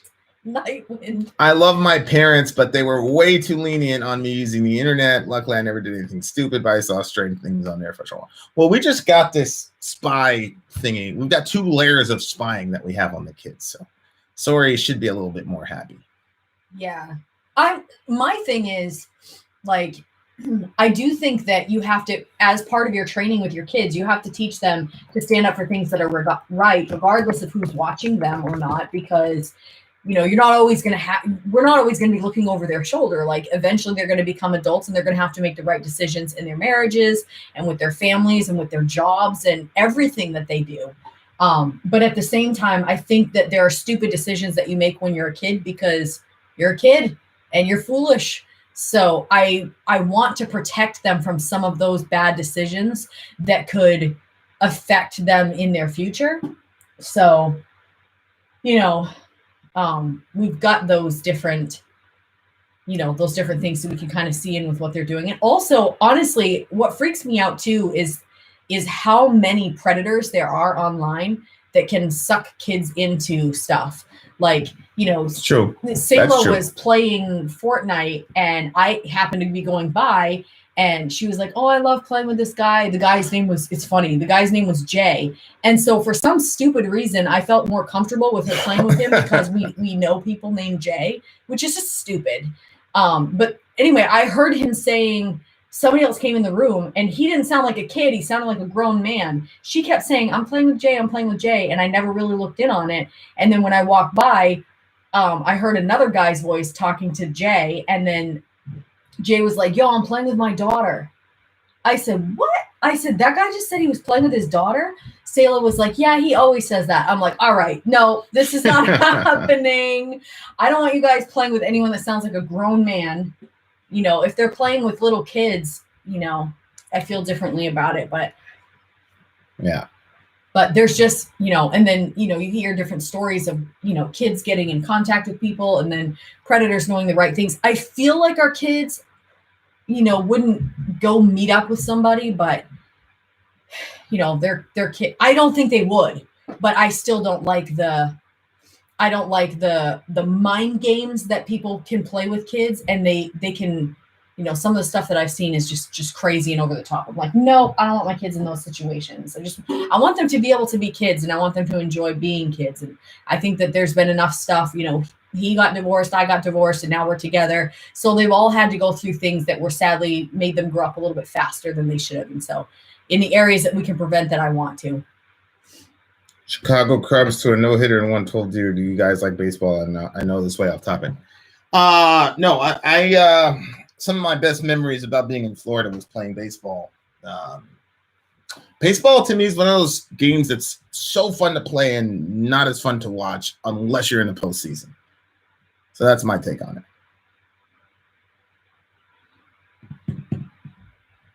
Chicago Cubs threw a no-hitter. I just read that. Oh, you did? I'm sorry. 15 minutes, guys. 15 minutes. Florida for about 3 years, I think. Palm Bay, Florida. It's about 45 minutes from, what do you call that place? Orlando.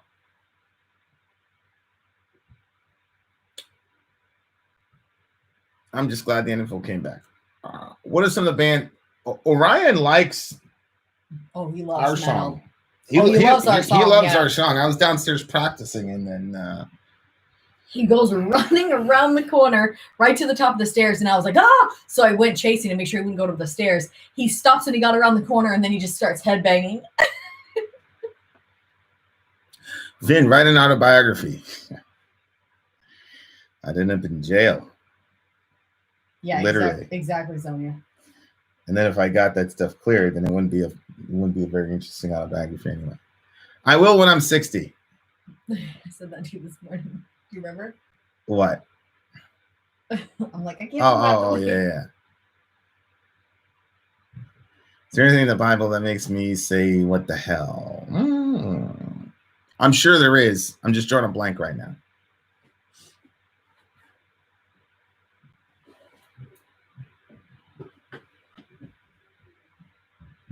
Oh, Raven Black just released an autobiography. Yeah, we met them a couple times. They're pretty cool. I'm going to start smoking again at 65.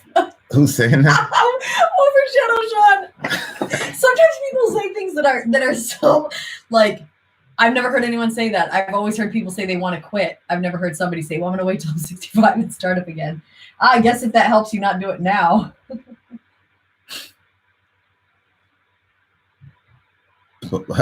Solid smoking right now.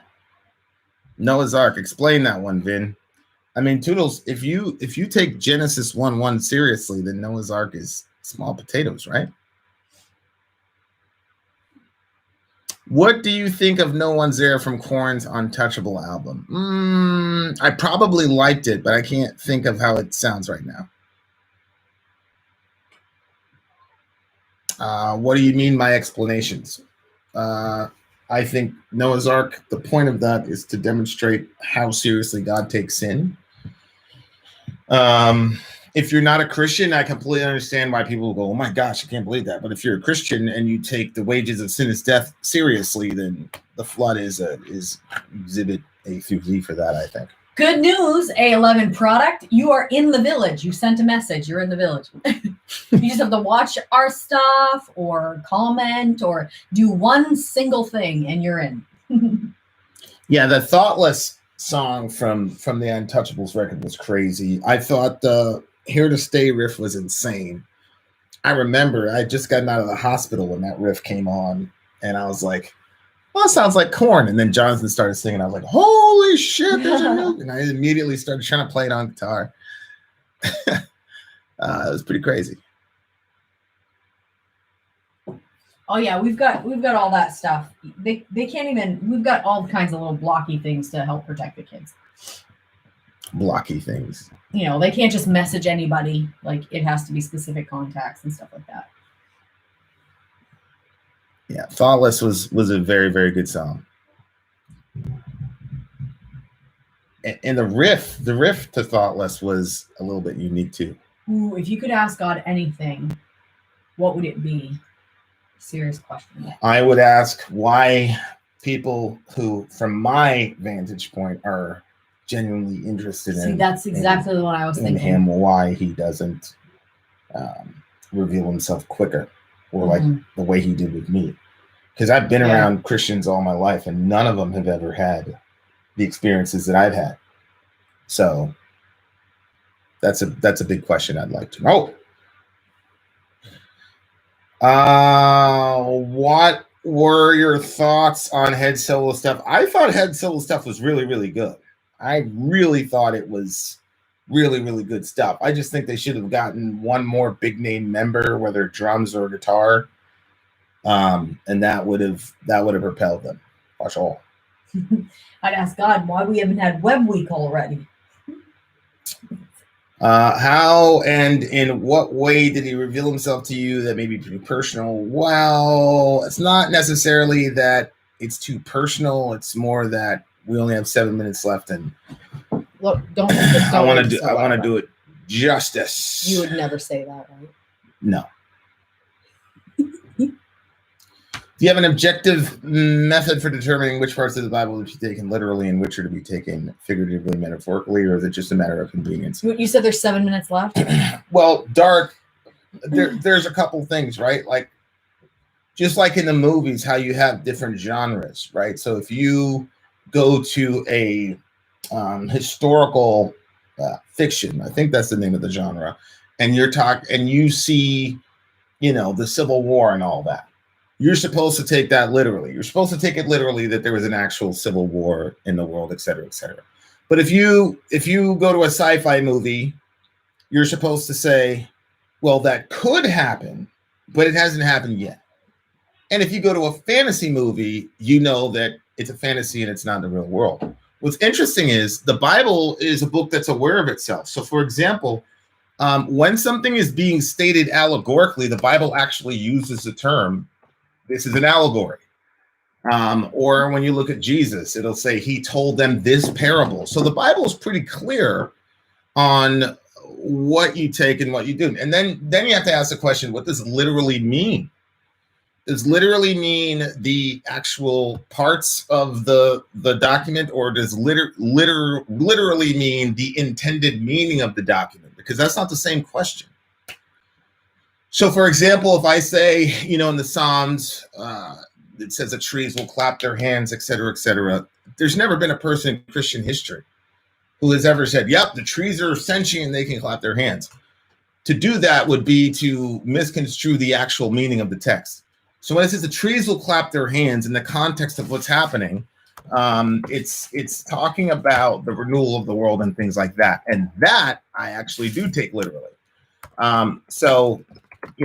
There's, let's see, Isaiah 55, 12, where it says, you'll go out with joy, you'll be led in peace. And then when you go down to right there, the mountains and the hills will break out singing before you. All the trees of the field will clap their hands.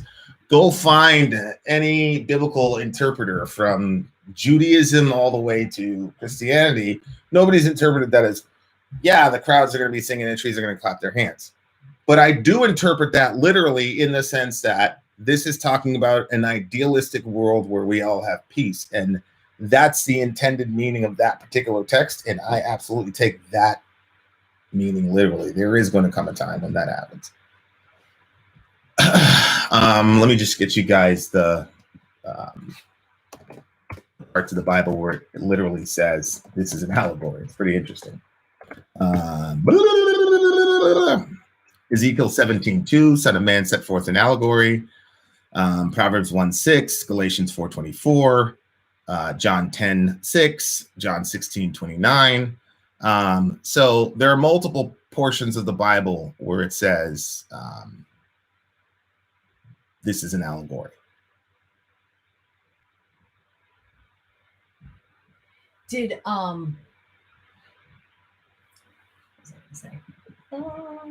yes, we're pregnant again. We're at 31 weeks. Yeah, we did name the baby. Oh, that's what I was going to ask you. Did we say it publicly? I thought we did. Binding of Isaac. God says the last moment of Abraham. Did you not hear the sarcasm in my voice?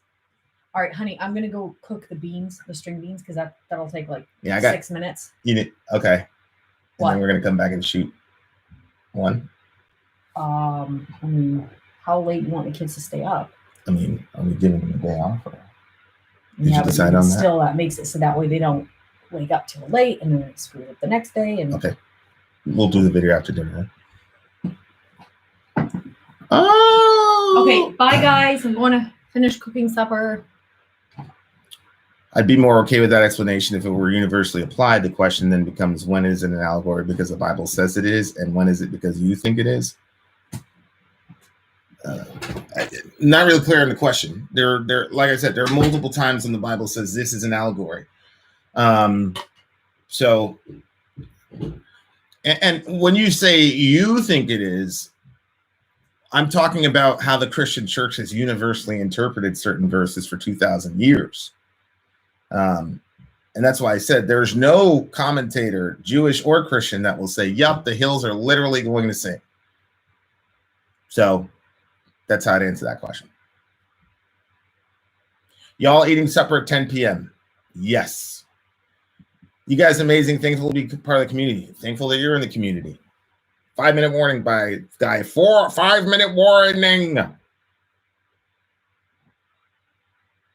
You too, Gemma. Have a blessed week yourself.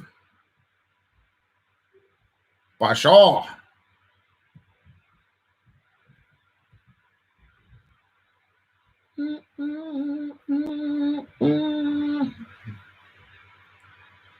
This kind of ties into a question I've had for you, Vin. What do you think of spiritual interpretations of the Bible common in Eastern Orthodoxy and popularized by Origen?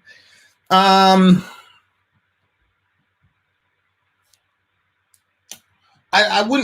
never go the direction that Origen would go as far as spiritual interpretations of things. If you look at what Paul does in Galatians 4, when he says these two women represent, there's a Jerusalem above that's free, and there's a Jerusalem below that's slavery, that's in slavery with their children. Obviously, Paul is making a spiritualized allegory there about the actual city of Jerusalem. So I would never go as far as Origen says. My attempt at interpreting the Bible has a lot to do with what is the authorial intent. And in the vast majority of scriptures in the Old and New Testament, the authorial intent is basically told to you right from the beginning. But in John's case, it's at the end. These things I said to you so that you will believe, and in believing you would have eternal life in him. Something like that. So that's how I'd answer the question.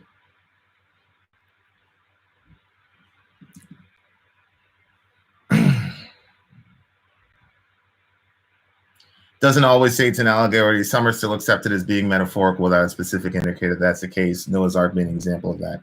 I don't know what you mean by that. I don't take Noah's Ark metaphorically. Neither did Augustine, neither did Aquinas, neither did the apostles. They didn't take that metaphorically. So I'm not particularly certain what you mean.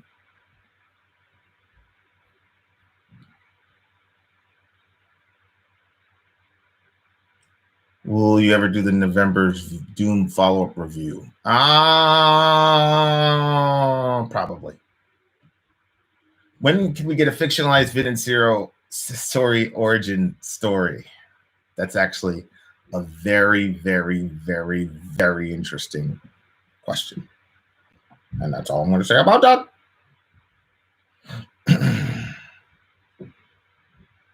I wish people would answer me when I say something. What other bands beside Korn do you think could have turned you on to metal if you saw them? I was going to say Pink Floyd, but that's not true. Gojira would. Watch all. Gojira would absolutely have turned me. Slipknot, obviously, as well.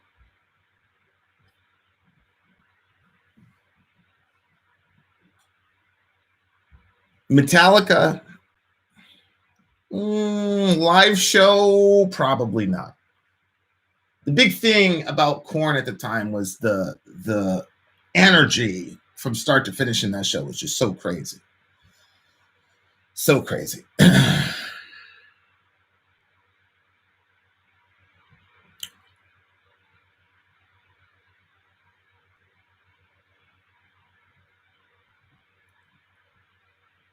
You realize it would be impossible to create an actual Noah's Ark. Well, impossible how? Like I said, if Genesis 1:1 is true, then anything that happens after that is child's play. So the Bible presents a deity that is all-powerful and can create ex nihilo. So why Noah's Ark would be a problem for a person who accepts Genesis 1:1 is strange to me. What's better, new metal or metalcore? I don't know what metalcore is. I love new metal, and I tried to write a new metal song for my first song, but I failed miserably at it. When you turned on Got the Light the first time you saw it, do you remember what part of the song it was? Yeah, it was the middle where he was saying "Dance with Me," and then he went "Raw," and then Crazy stuff. It was a very, very good moment for me. Very spiritual moment for me. I'll never forget it. Very important moment in my lifetime for sure.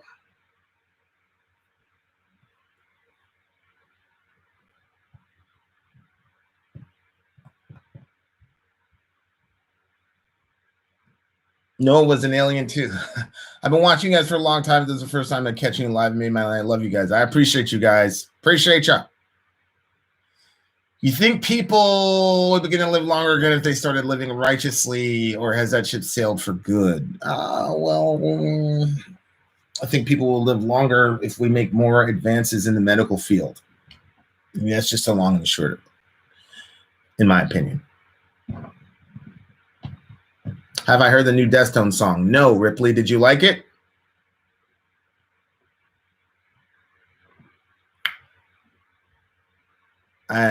Limp Bizkit. Yeah, the new metal era was fun, man. It was really, really, really fun.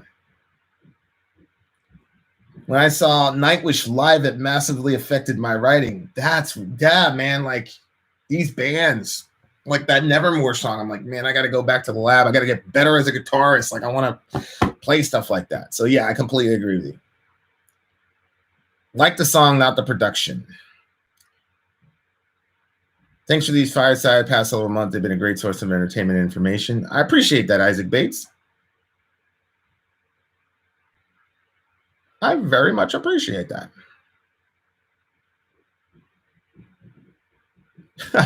Will medical science ever get us to live as long as Noah? I mean, it might. I don't know why anybody would want to live that long, but go for it. Drowning Pool was okay. I saw Drowning Pool live actually a week or so before Homeboy died. God bless the dead. It's been great seeing you guys. I'm now heading off. Much love from England. Like I said, you guys earlier, if you ever come to the UK, I'll sort out you meeting Ed Sheeran. Yeah, Sori would like that. Thank you for entertaining us during these crazy times. Yeah, I want to do more of that. Noah's Ark is physically impossible by all scientific laws, each and every single one, impossible to make or sail. Okay, that's fine, A11, but I'm not even going to argue with you about sourcing that data. All I'm going to say is if we had a divine being that could create the entire universe just by speaking, that obviously means that he would not be beholden to the laws that he himself created, right? But to Sean's point, God wrote the laws. So it's not a difficult thing for God to accomplish.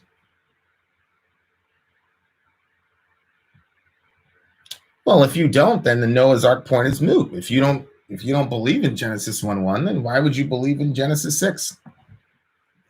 I understand where you're coming from, but you asked me. See what I'm saying? I think that it is impossible for consciousness to arise from unconsciousness, but by default, you'd have to believe that happened at some point, right? So watch your videos first time here. Thank you, Troy.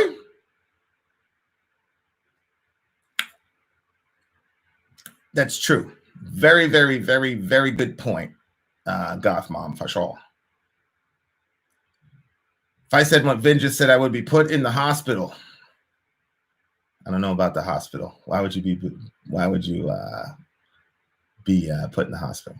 If God were to do it, it eliminates the noteworthiness of Noah's task. Well, Genesis 6-8 is not about Noah. It's about God's relationship to human beings in the context of sin and violence. So Noah really isn't the focal point of that story.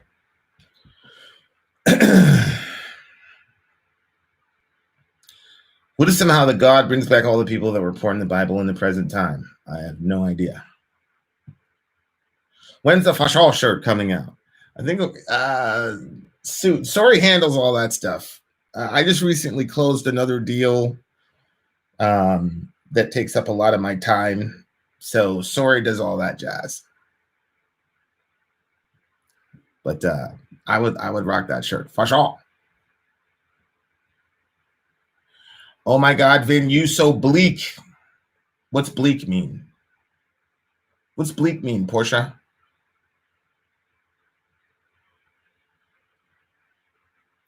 Wait a second. Let me see if I got this down right. You literally believe that God's words created the world. Yeah, I mean that's standard theism. A11, what do you believe? Do you believe that life sprang from non-life and that consciousness sprang from unconsciousness? I think that's a hard task to defend logically. How was the quantum mechanics presentation? It's pretty good. It's pretty good. He did a good job, in my opinion. We all know your favorite rappers, Tupac and Lil Yachty. No, my favorite rapper of all time was Biggie. Biggie. What do I think of the Black Hebrew Israelite movement? I think it's a result of people being beaten down by Western culture and trying to create their own form of superiority to deal with their inferiority complex. That's what I truly believe about that movement. Oh, I'm edgy. Okay, I'm edgy. Thoughts on Cardi B and Candace Owens? Cardi B is not, she doesn't seem to be that politically astute, so it's kind of a mismatch, right? I'm not a fan of Cardi B. I wouldn't want my daughters to emulate her. I certainly wouldn't want my brothers to, my sons to emulate Candace Owens either.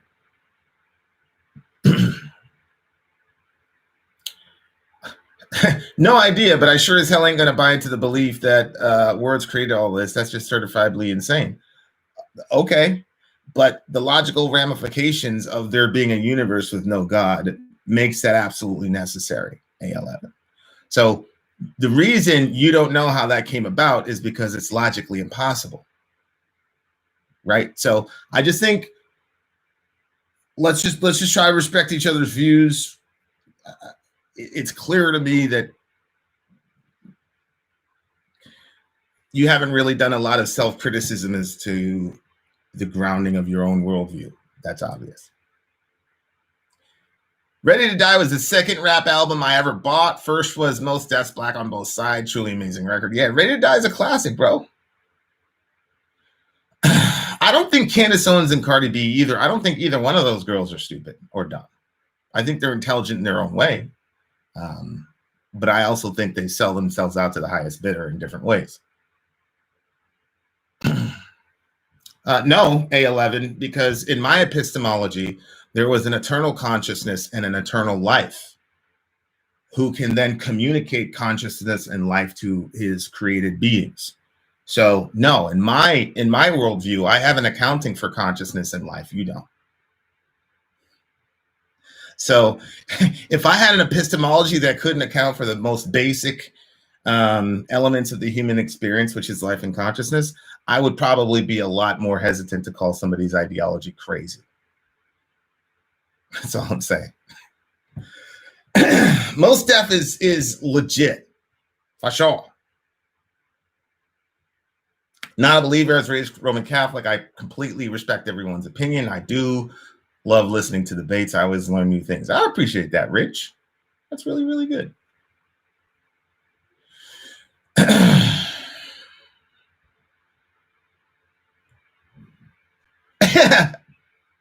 Vin, have you ever doubted your religious beliefs?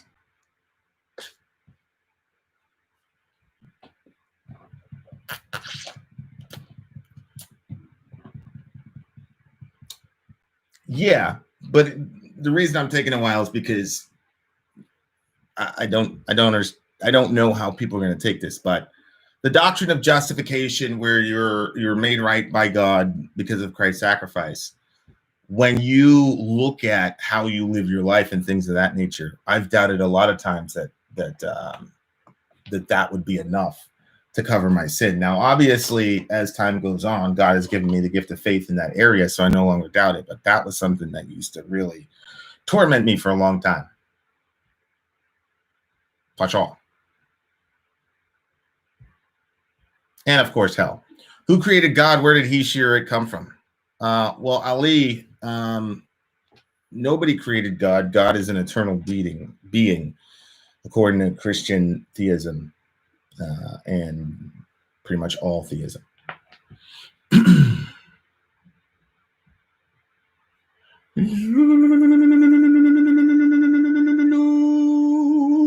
I didn't know I could sing. Are you a young earth creationist? No. God never doubted Vin. In hindsight, that mattered. Very good point, Sean. Very, very good point. Go ahead, Portia. Ask me something. Eternal consciousness. Just call it a cosmic mind, you dastardly Neoplatonist. I knew you'd catch that one, Perkinos. Is doubting the same as losing faith? I don't believe so. I don't believe so. My creation of consciousness comes from the unknown. The creation of that concept is completely over our heads, but the mere fact we're debating this means what? There's a God now, then how we know there wasn't a God before him? Because of the impossibility of the contrary. Whatever there was before God, then that being would be God all the way back to the eternal regress. So that's how I would answer that question.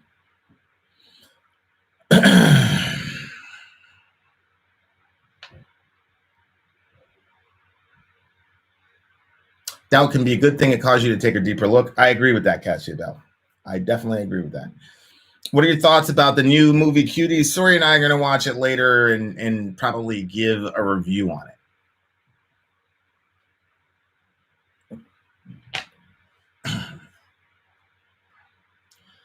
The universe, Ben, is 13.8 billion years old. I have a question. If God knows everything, so he knows if I'm going to hell or heaven from the time I was born, right? What's the point if it's all written?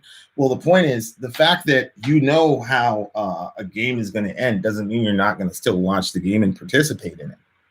So God determines the ends, but he also determines the means. What if we never die but get infinitely reincarnated as a completely different person? That would really suck. Very badly, I think. Horribly.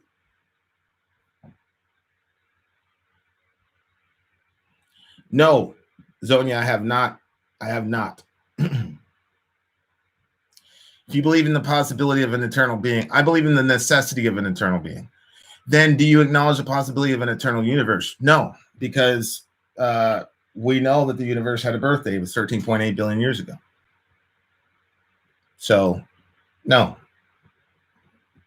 We've got the science, right? No physicist will tell you there's an eternal universe.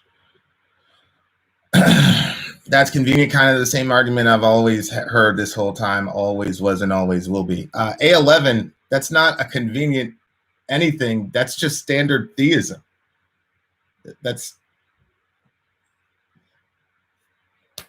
Do you like Childish Gambino or Run the Jewels? I like both of them. So, yeah. Wrong. The universe, as we know it, is 13.8 billion years old. We don't know it didn't exist before that in some form or another. It's really amazing to me that there's people like, I only go by science. I don't go by woo-woo, yada, yada, yada. But when it's clear that eternal regress is a very, very big problem for certain worldviews, then they start saying, well, there could be other ones, even though we have no proof of it. All we know right now is that the universe had a beginning, Ben. That's what we know scientifically.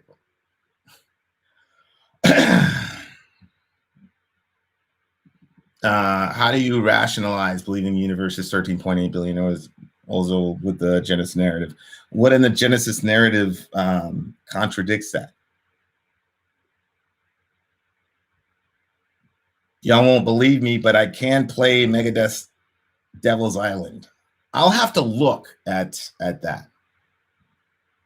I'm an atheist. However, I respect everyone's belief system. Have you listened to 7 O'Clock by Pearl Jam? No, I don't think so. 2 minutes, guys. 2 minutes. I gave you guys some extra time. We went back to Vin time, apparently.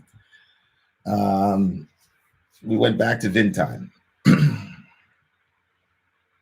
Theory of the universe is God's testing ground. I believe that. I really, really believe that. Which goes into the simulation stuff.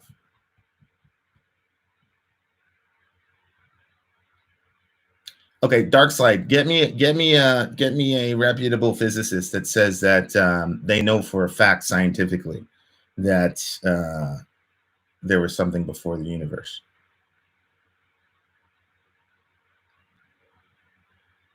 Ever listen to Houdini, the rapper? I think so. I'm not sure. Not trying to piss you off, just starting the obvious way with this way of thinking. The argument always frames itself before the formulation, setting the argument up for success. Yeah, A11, I don't really think so, because when Christians and Jews formulated their doctrine of God, there were not atheists running around to argue with, right? Like Moses' concern in Genesis 1 or Isaiah's concern when he says that God is the eternal one. Like, they're not debating with atheists, right? So like the idea that the eternal or the sagacity of God is sort of a convenient thing so that we could win an argument with atheists is just ahistorical. For the vast majority of human history, no one concerned themselves with atheist ideas because there wasn't enough of them to actually have a debate about. So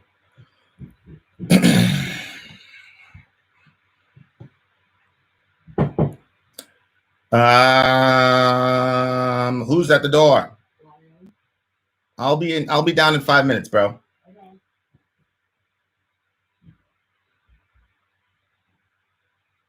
Well, dark slide. I'm not saying that people don't have different theories about multiverses or whatnot. What I'm talking about is all we know is that the universe began 13.8 billion years ago. That's all we know. So people have created the multiverse thing or tried to deploy the multiverse idea to deal with the philosophical problem of eternal regress. But I mean, that's all we know.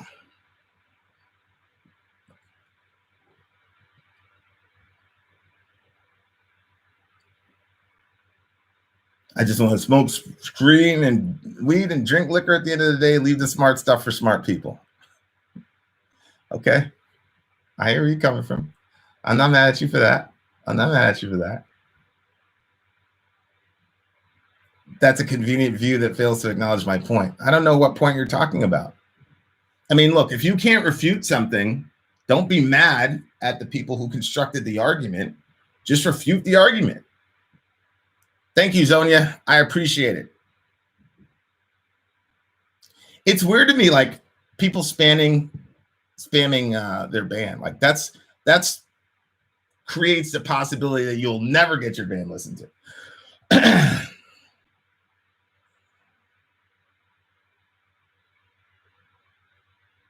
It was Ghost. Yeah, it was I forgot the guy's name. Tobias. Tobias was his name.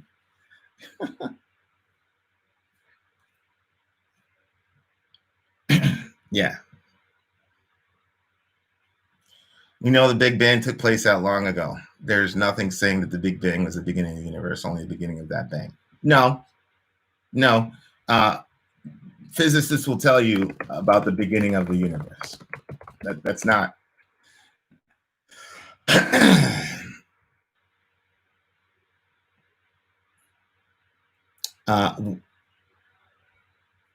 So there you go.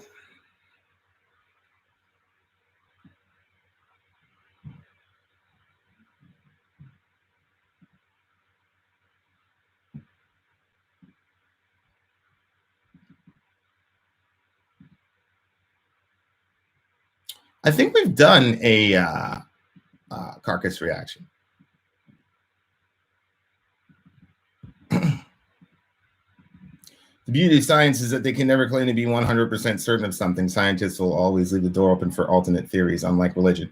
I guess, but that to me is a very naive way to look at the scientific community, as if these guys are just people in white lab coats that don't have their own confirmation biases and don't have ideas that they want to be true. So, for example, during the antebellum slavery period, you had peer-reviewed journals that were saying that Negroes were less human than white people. These are peer-reviewed documents. So obviously, they had a vested interest in coming to that scientific conclusion. And there's a legion of other examples where that happens. I'm not saying that we can never trust the scientific community. All I'm saying is we have to be skeptical about what they're talking about, and we have to understand our current seats in Laban and how X institution benefits from X idea.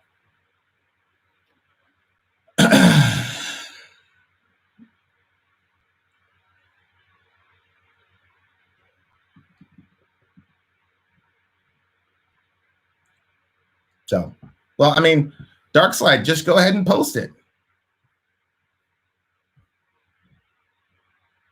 Just go ahead and post it, man. I'm always there.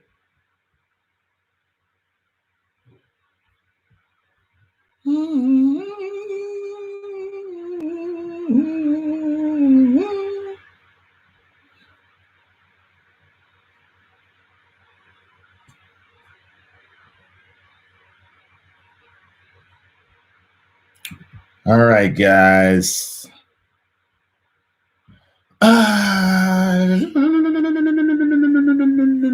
Religious people are smug idiots. Okay. All right.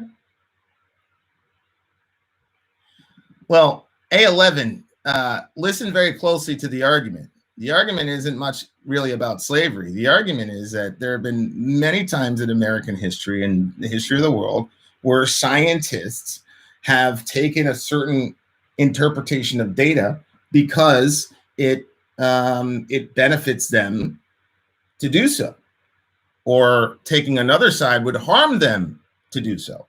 And so the antebellum issue with slavery was a very obvious example where it obviously benefited folks to be able to appeal to scientific journals to justify slavery from a scientific perspective. So that's the issue.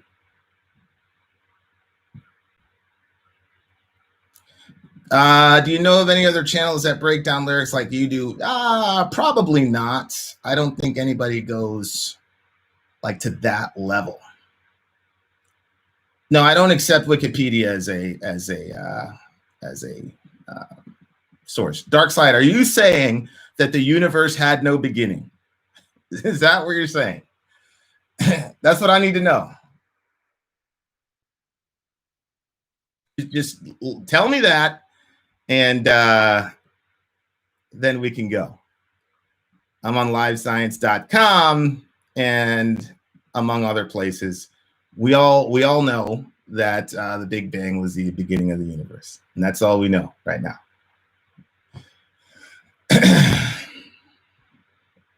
Blake X, nuclear reactions. Yeah, for sure.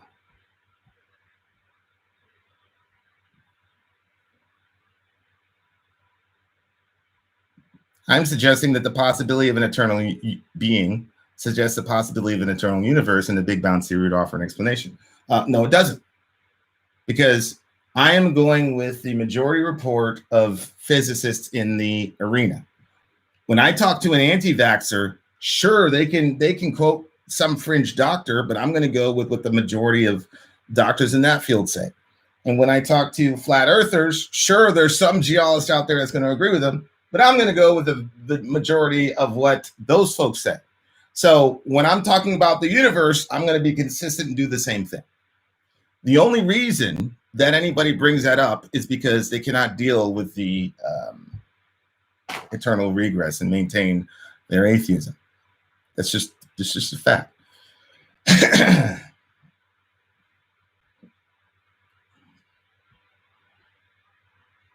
I've seen too many spirits and astral projecting. Yikes.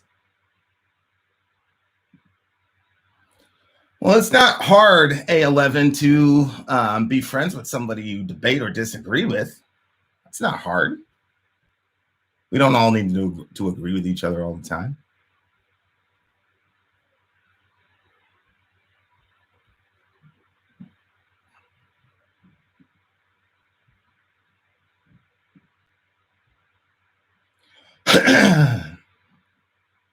Nobody has an answer for me. What's the question? I'll look at your question, then I got to get out of here because I'm way over time.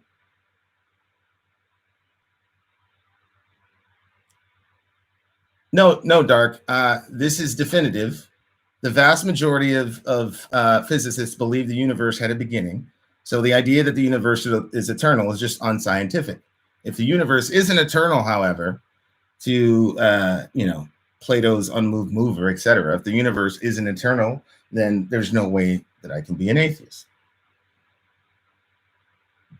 So there you go. Well, Winston, who said that I didn't believe that? You're making a lot of assumptions about me, my guy.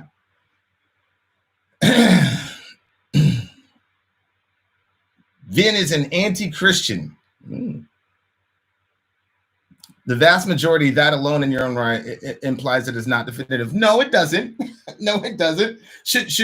Hey, Dark, should I then entertain flat earthers because there isn't 100% consensus from the scientific community about the shape of the earth? Should I then say, oh, well, it's possible that vaccinations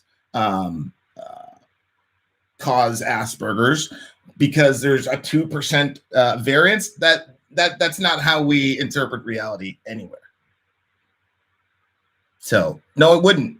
No, it wouldn't, Dark. No, the scientific community has never been 100% univocal on any topic. So I'm sorry. That's just where we're at.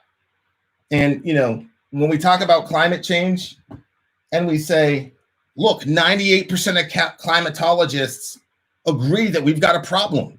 And somebody goes, well, that means there's 2%, which means it's a possibility. I don't go there. Just don't do it.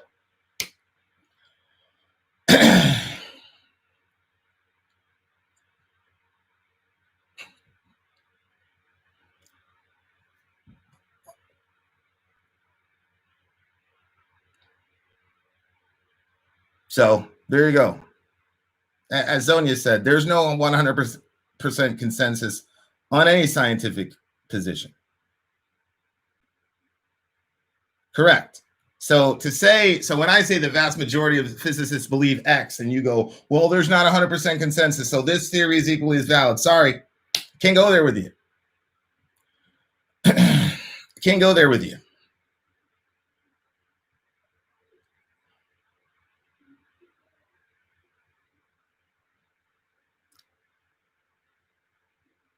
Your view is narrowed to the point that it is because it suits your agenda. Dark, it just so happens that the facts suit my agenda.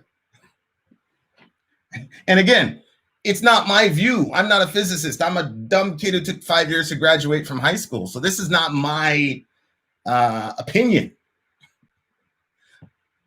So there you go. Much love to you, though. I love everybody. But I got to go and eat some dinner. Because it's 11:30, and there you go. I went way too long, but it was fun. It was very, very, very fun. I love you guys. You guys are amazing. Thank everybody for sticking around. Thank you, Dark. Thank you. I think the guy's name was A11. I like the back and forth.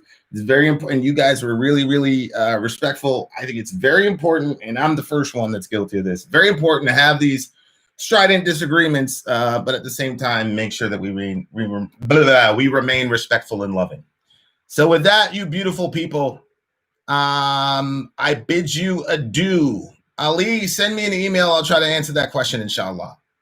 Shout out to Zonia for being a badass, moderator. Much love to Ben Webb. You horrible human being. Much love to Ben Webb. Much love to Perkinos. Much love to my brother Kai. We got to hook up soon, my dude. Kai, do we? Yeah, I'll talk about that offline. Okay. Watch for the band, guys. It's coming soon, inshallah. All right. I got to get out of here. End stream. Bang.